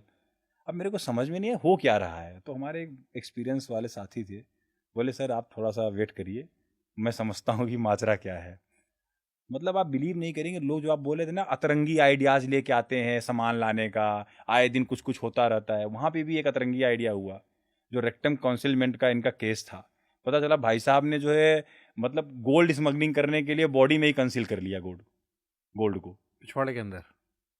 आप समझो शुभांकर भाई, मैं कहाँ इलाहाबाद का छोटा सा जगह से जाके जब ऐसी चीजें मैंने देखी ना, ऐसी चीज सुनी, तो मेरे तो होश ही फाकता हूँ। क्या दुनिया क्या कर रही है, क्यों कर रहे हैं इस तरह से लोग, थोड़े से पैसे के लिए। उसके बाद उनको पानी वानी पिलाया गया, बाथरूम बाथरूम ले जाया गया, फिर गोल्ड निकल के आया, फिर केस। तो मतलब फिर क्या होता है ऐसे लोगों का? लेवल ही अलग है, और डिपेंड करता है ना कि आप क्वांटिटी क्या है, उसके हिसाब से केस डिसाइड होता है कि भाई कितना ग्राम था, कितना किलो है। लेकिन मैं आपको अतरंगी जो आप बता रहे हैं ना, उस अतरंगी उसका आइडिया बता रहा हूँ, लोग कैसे कैसे अतरंगी काम कर रहे थे, और ऐसे आए दिन करते हैं। कोई सैंडल में ले आता है, कोई फॉयल पेपर में लपेट के ले आता है, कुछ कुछ करते रहते हैं बट लोग। इन लोगों को पता तो होगा ना कि पकड़ जाता होगा ये कुछ लोग स्मार्ट होकर निकल भी आते हैं। नहीं, निकलने तो किसी को नहीं देते, इंडियन कस्टम्स तो पूरी चौकन्ना। अब भाई अब देखिए, जो नहीं पकड़ा गया तो हम तो यही क्लेम करते हैं भाई हम सबको पकड़ते हैं। और आप देखेंगे ना कि स्मगलिंग इन इंडिया करके एक ईयर बुक होती है, वो भी रिलीज करती है डायरेक्टरेट ऑफ रेवेन्यू इंटेलिजेंस की, भारत में कितनी स्मगलिंग हुई, कितने पकड़े गए, क्या रहा, किस किस तरह की स्मगलिंग रही। तो लोग जानवरों की भी स्मगलिंग करते हैं, पता है आपको? कैसे? जो एग्जॉटिक बंदर होते हैं, छोटे छोटे बंदर होते हैं थाईलैंड से, कुछ छिपकली होती हैं, कुछ सांप होते हैं, कुछ कुछ लेके आते हैं लोग अटैची में बंद करके। तो उनको क्या लगता है दिखाई नहीं पड़ेगा, ये वो सोच के आते हैं। हाँ, छिपकली उपकली कुछ भी मतलब ले आते हैं लोग। कई बार लोग शौकीन भी होते हैं ना उल्टी सीधी चीज रखने का, इस तरह करने का, सांप वाप पालने वालने का, तो वहां से उठा के ले आते हैं सब। अरे पॉकेट मंकी बहुत फेमस था जब मैं वहां था, पॉकेट मंकी लोग छोटा सा बंद। मतलब इस तरह की कस्टम में तो अगर मैं कहानियां सुनाने बैठूं तो आपके पॉडकास्ट में ना 2-2.5 घंटे तो कस्टम की बातें चल सबसे जाए। फनी एक्सक्यूजेस क्या देते हैं लोग? नहीं, उनको पकड़े जाने लॉ के बारे में पता नहीं था कि यहाँ बैन है, ये है, वो है। लेकिन जो क्रुक्स होते हैं ना, वो कुछ नहीं बोलते। अब पकड़ गए तो पकड़ लिए, अब ठीक है, अब जो करना है कर लो, उनको पता है। क्योंकि उनका तो धंधा यही है, पैसा यही है, जितना कर सकते हैं। अच्छा, एक मार्केट में और बड़ा चलता है कि ये कस्टम का सामान है, हाँ सस्ता मिलता है। हाँ। इसमें कितनी सच्चाई होती है? कई दुकान वाले हमको मिलते हैं नोएडा, ग्रेटर नोएडा में भी, जो लगाए रहते हैं यहाँ कस्टम का अच्छा, सामान कभी है। आपको वो वाला फोन नहीं आया क्या जिसमें बोलते हैं भैया आपका जो गर्लफ्रेंड ने जो है ना सामान भेजा है वहां से विदेश से और कस्टम ने रोक लिया है, इसके लिए 10,000 रुपये आप ड्यूटी जमा करनी पड़ेगी, आप 10,000 रुपये ड्यूटी जमा करा दी, सामान ले जाइए। हाँ आया कि नहीं कभी ऐसा हाँ, फोन? हमको आया है। पूरा फ्रॉड होता है ये, पता है आपको? पूरा फ्रॉड होता है। कभी कस्टम ऑफिसर आपको फोन नहीं करता कि आपका कोई सामान आया है, आप आइए ड्यूटी भरिए, रोक लिया है किसी ने। कभी भी कस्टम ऑफिसर आपको फोन नहीं करेगा व्यक्तिगत तौर पे, पहली चीज। और दूसरी चीज जो है, अगर इस तरह का कोई कॉल आए तो तुरंत एक हेल्पलाइन है ट्राई वालों की, आप उस हेल्पलाइन पे पहले तो उनको बताएं कि भाई इस तरह का मेरे पास कॉलर, ताकि उस कॉलर को ब्लॉक किया जा सके, क्योंकि ये लोग फ्रॉड करने की कोशिश कर रहे हैं, साइबर फ्रॉड इस तरह की चल रही चीज़ें। और दूसरी बात जो बोलते हैं ना कस्टम का सामान है, जब्त कर लिया, ये कर लिया, वो कर लिया, ये सब भी आज के समय में जो है ना सब छलावा नहीं, है। कई शॉप्स वाले करते हैं कि ये कस्टम की छलावा है दुकान है, सर, छलावा, पूरा छलावा हमारा है। जुगाड़ है कस्टम वालों से। कोई जुगाड़ नहीं। आप एक चीज बताओ, कस्टम वाले ऑफिसर कोई सामान पैदा कर सकता है क्या? अगर मान लो कोई सामान आया सीज होगा, तो सीजर का डिस्पोजल का अलग नियम है, कैसे सीज करना है, कैसे डिस्पोज करना है। आप घर तो ले ही नहीं जा सकते कोई सामान। अरे तो कहीं तो जाके स्टॉक में रखते होगे वहां नहीं नहीं, या तो डिस्ट्रक्शन होगा या तो ऑक्शन होगा, दो ही काम होते हैं। अगर मान लीजिए कोई ऐसी चीज है जैसे मान लीजिए कोई अब दवाएं लेके आ गया, अब दवाओं को तो आप ऑक्शन कर नहीं सकते हो। अगर मान लीजिए इलीगल दवाएं हैं, मेरी बैंड जैकेट का ऑक्शन करवाएंगे। हाँ तो आप क्या होता है, उसको ऑक्शन में डाल देते हैं सामान, कुछ गवर्नमेंट की रेवेन्यू रिकवर करनी है हम लोगों को। तो भाई ऐसे कोई किसी सामान दुकान वाले थोड़ी दे देते हैं कि आप ले जाओ जी और आप बेच देना। और बट इंडिया में तो हर चीज का जुगाड़ होता है, पता लगा लिया सीधे ऑक्शन से, एक बार में खरीद ले सस्ते। ये लोगों की गलत फहमी है ना, यही तो हम अवेयर करना चाहते हैं लोगों को। कोई जुगाड़ नहीं है किसी का। आपसे बात तो ऐसा लगा सारे सरकारी आदमी कितने ईमानदार होते हैं। आप खुद हंस रहे हो। नहीं, आपकी हंसी देख के मुझे हंसी आ रही है कि जो जुगाड़ की आप बात कर रहे हो कि जुगाड़ लगा के निकाल ले, कहाँ से निकालिए सामान ना। आप 90 के दशक से लोगों को बाहर निकालिए। आप डिजिटल इकोनॉमी में रह रहे हैं, डिजिटल एरा में रह रहे हैं, हर एक चीज का फुटप्रिंट है। कौन सा विभाग है जहां जुगाड़ नहीं चलता? ये तो आप बताइए ना। छोड़ो महाराज, मेरी खामोशी ने हजारों जवाबों की लाज रख ली। विदेश से चलो और कुछ सवाल है। कस्टम्स में स्मगलिंग सबसे बड़ा यही होता है। स्मगलिंग में आप यही करते थे आप लोग? देखिए, कस्टम में स्मगलिंग जो है ना हर एक चीज की होती है, अलग अलग तरह से होती है। जैसे मान लो मैं अभी आईफोन आ रहा है, हाँ अब मैं दुबई गया, हाँ। तो क्या आईफोन है जो मैं ला सकता हूँ जिसमें कस्टम वाले रोना गाना नहीं करेंगे? एक को नहीं ला सकते हैं। अगर आप कोई भी आईफोन नया खरीदते हैं, लेके आते तो आपको ड्यूटी भरनी अब पड़ेगी। हम हाथ में लेके आए तो महाराज कैसे हाँ, पता? आप यहाँ से लेके भी गए होंगे ना एक, आपको कैसे तो पता? नहीं आप अपने बैग में कहाँ रखेंगे आप फोन? हो अगर आप मान लीजिए फोन लेके आए हैं, हाँ, या तो हाथ में तो रखेंगे। हम डब्बा फेंक देंगे वहीं पे, खाली फोन हाथ में लेके आए। बात तो आप सही कह रहे हो, लोग यही करते हैं हाँ। कि भाई जिसके पास 2 फोन है, ठीक है, अब वो ये दिखाता है कि भाई मेरा एक पुराना फोन था या मैं 2 फोन लेके गया था। तो लोग कई बार कर लेते हैं, लेकिन नामली क्या है, रूल यही है कि आप कोई भी चीज वहां खरीदेंगे तो आपको ला के उसकी ड्यूटी यहाँ अरे भरनी कैसे है। महाराज, मैं यहाँ से गया, देखिए, अगर आपकी नियति है चोरी चमारी आप करने मेरा की- फोन तो चेक करते नहीं हो, क्या फोन लिया हूं मैं ट्रैक में? नहीं नहीं, आप समझिए मेरी बात। अगर आपके पास एक फोन है तो ठीक है, आपको पर्सनल यूज का हो सकता है। अब कोई बोले कि मैं 4 अंगूठी पहन के आ जाऊं वहां से, मेरे 4 उंगलियां हैं, मेरी 5 उंगलियां हैं, मैं 5वां अंगूठी डाल के ले आऊं, ठीक है, तो या तो आप डिक्लेयर करके जाइए कि आप 5 अंगूठी जो है यहाँ से लेके गए बट थे। डिक्लेरेशन फॉर्म कहाँ होता? मैं इंग्लैंड गया, मुझसे कहीं डिक्लेयर नहीं करवाया उन्होंने। नहीं, अगर आप यहाँ से जा रहे हैं तो आपको सेल्फ डिक्लेरेशन देना होता है ना। और अब तो अतिथि ऐप भी, आप उस पर भी डिक्लेयर कर सकते हैं। अब अवेयरनेस नहीं है तो बात अलग है, लेकिन आपने एक कोई भी चीज है, आगे से ध्यान रखिएगा, मैं आपको बता रहा हूँ हाँ, अभी, मैं भी समझ कि लेता अगर कुछ चीज आप लेके जा रहे हैं अपने साथ, हूँ। पर्सनल इफेक्ट की चीजें हैं और वैल्यूएबल चीजें हैं जिसपे आते समय जो आपसे क्वेश्चन पूछा जा सकता है, तो आप पहले यहाँ पे डिक्लेयर कर दो कस्टम्स को कि भाई मेरे पास ये 4 अंगूठी, 4 चेन, ये वो है, ताकि गोल्ड के नाम पे आपको रोक के ये ना बोले कि आप नया गोल्ड लेकर आ रहे हो, पर्चा दिखाओ, बिल दिखाओ। नहीं दिखाओगे तो बोलेंगे ड्यूटी भरो जी। तो वो काम नहीं करना। आपने जो भी लेके जाना है, आपको लगता है कि एक्सेस है, आप डिक्लेयर कर दो, तो वो ज्यादा अब मैं बेहतर रहेगा। अफगानिस्तान से 2 बोरी अखरोट लेके आया था, ड्राई फ्रूट। वो तो आपको गिफ्ट मिला था, प्यार में, मेरा प्यार में गिफ्ट मिला था, आप लेके मेरा आए थे। कोई चेक वेक नहीं हुआ, कुछ बढ़िया आराम से उसमें कुछ और भर के ले आता मैं। नहीं तो आप खाने पीने के लिए, अपने पर्सनल यूज के लिए आप लेके आए। बट तो आईफोन वो मेरा कैसे पकड़ लोगे? मान लो मैं यहाँ से गया, हम्म। एक छोटा फोन लेके वहां फेंक दिया मैंने, वहां से 2 आईफोन ले चला आया मैं डब्बा खोल के, कैसे पता लगे कस्टम वाले को? नहीं, अगर आप नहीं, कस्टम वाले को वही तो बता रहे हैं ना कि आप शुभांकर को देख के हो सकता है लोगों को लगे कि शुभांकर बहुत ईमानदार आदमी है, ऐसा वैसा काम नहीं करेंगे। तो आपको हो सकता है 2 आईफोन अलाउ कर दे भाई, ले जाइए आप। कुछ कस्टम वाले से ले दे के काम चल जाता है। ये तो आप बताइए कभी किए हो तो। हमारे तो पाला नहीं पड़ा भाई। पाला तो पड़ गया ना, आपकी जैकेट रखवा ली। जैकेट तो हमारे भाई साहब भूल के आ गए थे, बेवकूफ आदमी, वो भूल गए और लौटाने के टाइम में बाकी लोग बेवकूफ निकले। कस्टम पैसा मांगा, उसको छोड़ दिए लोग।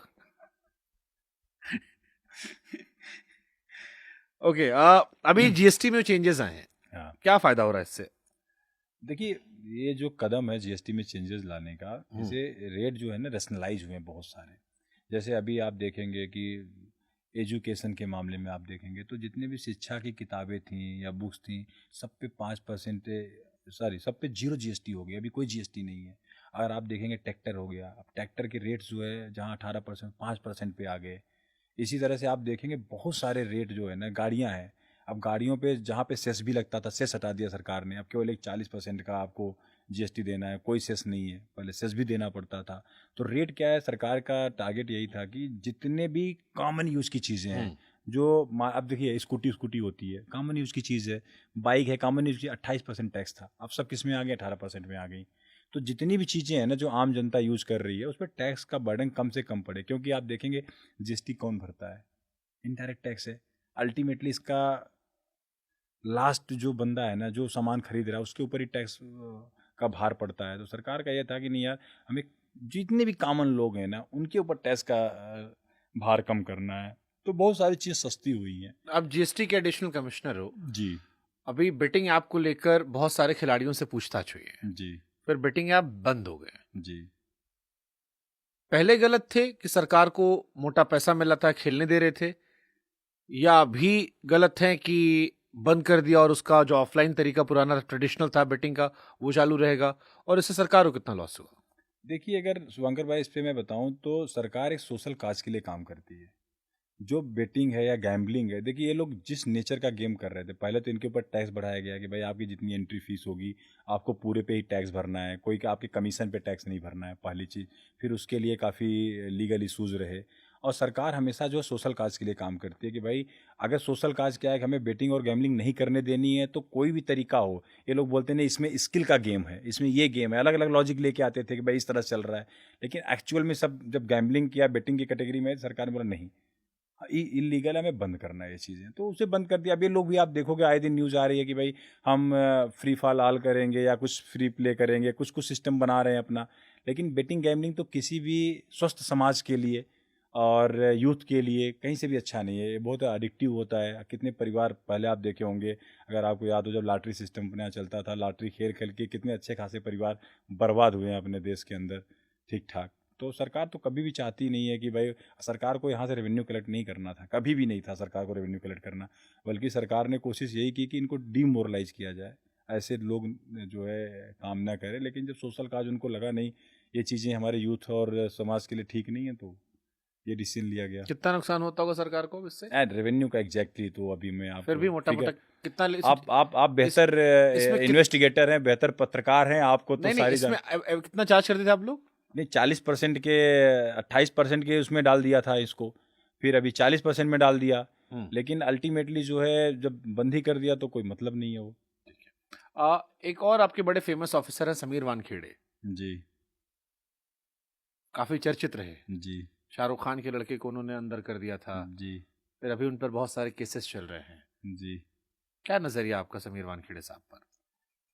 देखिए समीर वानखेड़े जो है ना, मेरे साथ जब मैं डीआरआई में था, डीआरआई हेडक्वार्टर में था, फिर डीआरआई बॉम्बे में थे, और एक जो है साथ में मतलब एक केस हम लोगों ने साथ में किया था। और मेरे हिसाब से जो है, अगर मेरी पर्सनल राय आप मांग रहे हैं, तो समीर वानखेड़े को जितना मैं जानता हूँ ना, बहुत ही अपराइट ऑफिसर है। और आगे जो इस केस में हुआ, इस केस की निटिग्रिटी क्या रही, इस केस में क्या क्या हुआ, उसका मुझे पूरा आइडिया नहीं है। लेकिन तब के समीर वानखेड़े, इवन अगर आप देखेंगे जब वो एयरपोर्ट पे पोस्टेड रहे, तो अपनी ड्यूटी उन्होंने तब भी बहुत ईमानदारी से की। और जिस बैकग्राउंड से आते हैं, अगर आप समीर वानखेड़े का बैकग्राउंड देखेंगे तो उनका बैकग्राउंड भी काफ़ी स्ट्रांग है। मतलब आप उनकी पीछे की चीज़ें भी देखेंगे तो मुझे नहीं लगता कि, मतलब मेरा नज़रिया अगर पूछेंगे तो एज ए सीनियर ऑफिसर मैंने उनको हमेशा अपराइट ही देखा। उनके ऊपर करप्शन के बहुत सारे चार्जेस लगे हैं, जितना आपने साथ में काम किया, जिस दौर के समीर वानखेड़े को आप जानते थे, आपको लगता है वो करप्ट ऑफिसर? नहीं, मैं अगर मेरे से आप पूछोगे तो मैं नहीं मान सकता इस चीज़ को। अभी देखिए, आपने ही बोला कि आरोप लगे हैं। आरोप लगे हैं, चीज़ें क्या निकल के आएँगी, नहीं निकल के आएँगी, मैं उस पे कमेंट नहीं कर रहा। इसीलिए मैंने पूछा कि जिस समीर लेकिन वानखेड़े को आप लेकिन जानते लेकिन थे। एज़ अ ऑफ़िसर जितना मैंने उनको देखा है, जाना है, मेरे लिए विश्वास करना बहुत मुश्किल है कि ऐसा इन्होंने किया होगा। क्योंकि आरोप ही है ना अभी, अभी दिखेंगे कि क्या हुआ, क्या आरोप नहीं तो हुआ। आर्यन खान पर भी थे। हाँ, तो आरोप हैं, तो आरोप का तो क्या ही कह सकते हैं, लेकिन जितना मेरी, अगर आप पर्सनल ओपिनियन पूछ रहे हैं, मेरी पर्सनल ओपिनियन बहुत क्लियर है। जितना मैं जानता हूँ, मेरे हिसाब से आप एक कि आईआरएस ऑफिसर हो, जी, बड़े पद पर हो। जी, आर्यन खान का जो केस था, जी, उस पर आपका क्या नजरिया है? जैसे पूरा मामला गया, लाइमलाइट में आया, जो बातें निकल कर आई, समीर वानखेड़े का जो इन्वॉल्वमेंट रहा और अब जी, जो चल रहा है, जी।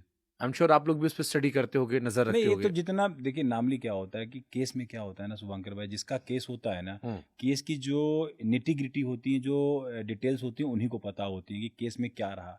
जितना न्यूज़ में आया, न्यूज़ आपने ही फॉलो किया, न्यूज़ हमने ही फॉलो किया। हाँ, तो जितना मार्केट में आया नहीं, न्यूज। जितना जितना न्यूज़ में रहा, जितना, बस मैं यही कहना चाहता हूँ कि मतलब जैसे बाद में कोर्ट ने उनको बरी भी कर दिया, चीज़ें हुई हैं। अब चीज़ें सब जुडिशियल भी हैं, कई चीज़ों पे आरोप भी लगे हैं, कई चीज़ों में इन्वेस्टिगेटिंग ऑफिसर की कमियां बताई गई हैं। लेकिन अभी फाइनलिटी क्या होगी, अब इस पे हम कुछ कमेंट अगर कर दें तो मतलब प्री मैच्योर होगा कुछ बोलना भी इस चीज़ के बारे में, क्योंकि चीज़ें अभी सब अंडर इन्वेस्टिगेशन है इसमें। हाँ, एक एक बेहतर हो सकता है कि भाई, अगर अगर आपको केस ही करना है तो आप और बेहतर नज़रिया ले सकते थे और बेहतर तरीके से हैंडलिंग हो सकती थी, चीज़ें कर सकते थे। क्योंकि अभी सारे ऑफिसर्स के ऊपर आप देख रहे हैं आरोप लगे हुए हैं, कुछ कुछ चल रहा है, तो इसके बारे में कुछ अभी अगर इस स्टेज पे कमेंट किया जाए तो बहुत प्रीमेच्योर होगा। आखिरी सवाल आपसे, इलाहाबाद का लौंडा देश के बाकी लौंडों से अलग कैसे होता है? ये पहला सवाल होना चाहिए था। देखिए, इलाहाबाद जो है ना, अपने आप में अगर मैं बोलूँ तो एक वहाँ के लिए एक देश जैसा ही है। आप जो देश का लौंडे बोल रहे हैं ना, इलाहाबाद अपने आप में एक देश है। वहाँ की पाठशाला में जिसने पढ़ लिया ना, आपने एक शब्द बोला था ना डिप्रेशन, उससे कभी डिप्रेशन नहीं हो सकता, बाकी सब कुछ हो सकता है। कईयों को डिप्रेशन में डाल सकता है, लेकिन खुद डिप्रेस नहीं हो सकता है। क्योंकि जो इलाहाबाद है, वो आपको बहुत कुछ सिखाता है शुभंकर भाई। मतलब ऐसी ऐसी चीज़ें जो है ना, आपको क्वालिटी वहाँ से मिलती हैं, आपके सीनियर होते हैं वहाँ पे, जब आप यूनिवर्सिटी में जाते हो। देखिए, यूनिवर्सिटी क्या है कि आपकी पर्सनालिटी की ग्रूमिंग का पीक होता है, तो आप अपने वहाँ पे जब यूनिवर्सिटी में जाते हो, ऐसे प्रोफेसर मिलते हैं, ऐसे सीनियर मिलते हैं जो जीवन जीने का नज़रिया, आपको जीवन को देखने का नज़रिया, बहुत कुछ सिखाते हैं और बहुत कुछ पढ़ाते हैं। जब आप उस यूनिवर्सिटी से पढ़ के निकलते हो ना इलाहाबाद में, और इलाहाबाद की जो बकैती है, जब उस दौर से आप गुजरते हो, जैसे इमरान प्रतापगढ़ी साहब भी बोल रहे थे, जब आप उस दौर से गुजरते हो ना, तो मतलब आपकी जो पर्सनालिटी की ग्रूमिंग हो जाती है, जिस लेवल की, जो अलग बनाती है आपको, वो शायद और जगह जो है ना इस तरह की ग्रूमिंग नहीं है। वहाँ पे सीनियर जो होता है उसकी खास क्वालिटी क्या होती है, आप अगर उसके जूनियर हो, अगर कहीं आपको मिल गया, तो वो आपको, कहीं भी आप बैठे हैं तो भाई वो सीनियर वाला ही बर्ताव करेगा। मान लीजिए अगर आप लोग हैं, छोटे हो तो छोटे हो, पेमेंट करनी है, कुछ चाय भी पिएगा तो सीनियर ही करेगा। अब जूनियर की जिम्मेदारी क्या हो जाती है, अगर सीनियर जूनियर के घर पे चला गया या रूम पे चला गया या हॉस्टल में चला गया, तो वो जब तक रहना चाहेगा तब तक रहेगा। अब पूरा सेवा भाव सत्कार जूनियर उसकी करेगा। तो जो ये परंपरा है ना वहाँ की, जो सीख इससे मिलती है, जो अनुशासन इसमें दिखता है, वो अनुशासन और ये जो चीज़ें हैं ना, यही एक इलाहाबाद के लड़के को ना और जगह से अलग बना देती हैं। यही इसी वजह से 41%, 51% पाके कॉन्फिडेंस आता हाँ, है ये कि दुनिया हो जीत जाएगा। लेंगे, अभी भी आपकी तरह है ना कि सब कुछ ले लिया जाए तब भी फिर से कर लेंगे, क्योंकि क्लैरिटी है। क्लैरिटी है तो सब कुछ है। सारी दुनिया क्लैरिटी के लिए परेशान है प्रभु। लोग दूसरे के पास क्यों जा रहे हैं? क्लैरिटी लेने के लिए। उनको अपने ऊपर विश्वास नहीं है, दूसरे से विश्वास मांगने जा रहे हैं, ढूंढ रहे हैं दूसरे में विश्वास अपना। और क्यों जा रहे हैं आप बताइए? अगर आपको पता हो कि इस सिचुएशन में मेरे लिए बेस्ट क्या हो, अगर आप कर सकते हैं, तो आप दूसरे के पास क्यों हालांकि जाएंगे? पता सबको होता है, लोग वैलिडेशन लेने आते हैं, पता भी होता है, कई बार लोग वैलिडेशन लेने जाते हैं डाउट में भी रहते हैं कि प्रभु। आप ये कह दोगे तो हम मान लेंगे, या हम आपसे सुनना चाह रहे हैं, आप क्यों ये वैलिडेशन चाहिए आपको? क्या आप इतने कमजोर हो कि आप दूसरे बोलेंगे कि शुभांकर आप अच्छा कर रहे हो तो आप अच्छा कर रहे हो, दूसरे बोलेंगे शुभांकर आप अच्छा नहीं करो तो आप अच्छा नहीं कर रहे हो? हम तो कहते हैं भाड़ में जाओ। हाँ, आपको पता है आप क्या कर रहे हो, आपको पता होना चाहिए आप क्या कर रहे हो। अगर आपको इतना ही बोध नहीं है, इतनी अवेयरनेस नहीं है कि आप जो काम कर रहे हो सही कर रहे हो गलत कर रहे हो, एक्स वाई जेड बोलेगा सही है तो सही है, एक्स वाई जेड बोले गलत है गलत है, तो आपका लेवल बहुत नीचे है सर। आपको अपना लेवल अप करने की जरूरत है, अपनी अवेयरनेस का। तो और क्या है, इलाहाबाद के लौंडे के अंदर ये सब तो पहले दिन से भर दिया जाता है कि हाँ बेटा तुम जो कर रहे हो वही सही है, और उसको समझ के कर लो, थोड़ा सा बढ़िया हो जाएगा। एक लड़के को सबसे ज्यादा क्या ध्यान देना चाहिए अपने करियर में? पढ़ाई पे, फिटनेस पे, कैसे प्राथमिकता बनाए? जो लड़का नहीं, मैं बोलूँगा ये क्वेश्चन ऐसे होना चाहिए कि एक इंसान को अपना, चाहे नौकरी हो, चाहे पढ़ाई हो, चाहे फिटनेस हो, एक इंसान को अपने, क्योंकि आप हेल्थ कोच भी बन गए हो, आप एक सक्सेसफुल यूपीएससी क्रैक करने के बाद जीएसटी ऑफिसर भी हो, तमाम चीजें और कर रहे हो। अगर आपको इस देश के लोगों को हाँ, एक सलाह देनी हो, 140 करोड़ की आबादी को, कि जीवन में आप ये चीजें जरूर कीजिए, इनको प्राथमिकता बनाइए, क्या प्राथमिकता? देखिए मैं बोलूँगा फिट इज़ न्यू रिच। आजकल जो कंसेप्ट चल रहा है ना, अगर आप फिट हैं तो आप रिच हैं, क्योंकि सब कुछ आपको इस काया से ही भोगना है। अगर आपकी शरीर ही नहीं है तो सारी कुछ जो है सब कुछ बेकार है। जब काया से ही आपकी पूरी भोग है, काया से ही माया है, जितनी आपकी इंद्रियां हैं उस सुख के लिए आप परेशान हैं कि भाई मेरे को ये सुख चाहिए। सबसे पहले एटलीस्ट ये इंद्रियां जहाँ निवास करती हैं, जिस शरीर के अंदर है, उस शरीर को एक मंदिर की तरह आप मानिए। और उस मंदिर का, जैसे आप मंदिर में जाते हैं तो क्या होता है कि आप साफ सफाई करते हैं, नियमित जाते हैं, पूजा पाठ करते हैं, और उस मंदिर के अंदर कोई गंदगी नहीं होने देते ना, उसी तरह से अपने शरीर को आप ट्रीट करिए कि ये शरीर आपकी मंदिर है। एक ही बॉडी मिली है इस जन्म में, इसी के अंदर आपकी आत्मा को रहना है, आपकी इंद्रियों को रहना है, सबको इसी के अंदर रहना है।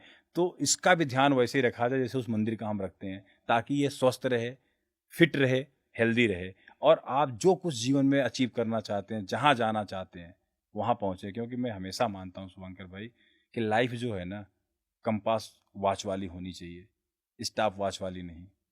डायरेक्शन क्लियर होना चाहिए लाइफ में। अगर आपका डायरेक्शन क्लियर है ना, तो आप जहाँ जाना चाहते हो धीरे धीरे पहुँच जाओगे। जैसे नॉर्थ वेस्ट साउथ ईस्ट रहता है ना, अगर डायरेक्शन लगा दिया नॉर्थ वाला तो आप पहुँच जाओगे। लेकिन अगर आप सोच रहे हो कि यार स्टॉप वॉच की तरह जो है, अभी 2 दिन 4 दिन की ज़िंदगी है, आज मैं ये कर लेता हूँ, फिर मैं उसको देख लूँगा, ऐसे कर लूँगा, वो नहीं। आपको बाउंड्री लाइन बनानी पड़ेगी, पहले दिन से बनानी पड़ेगी।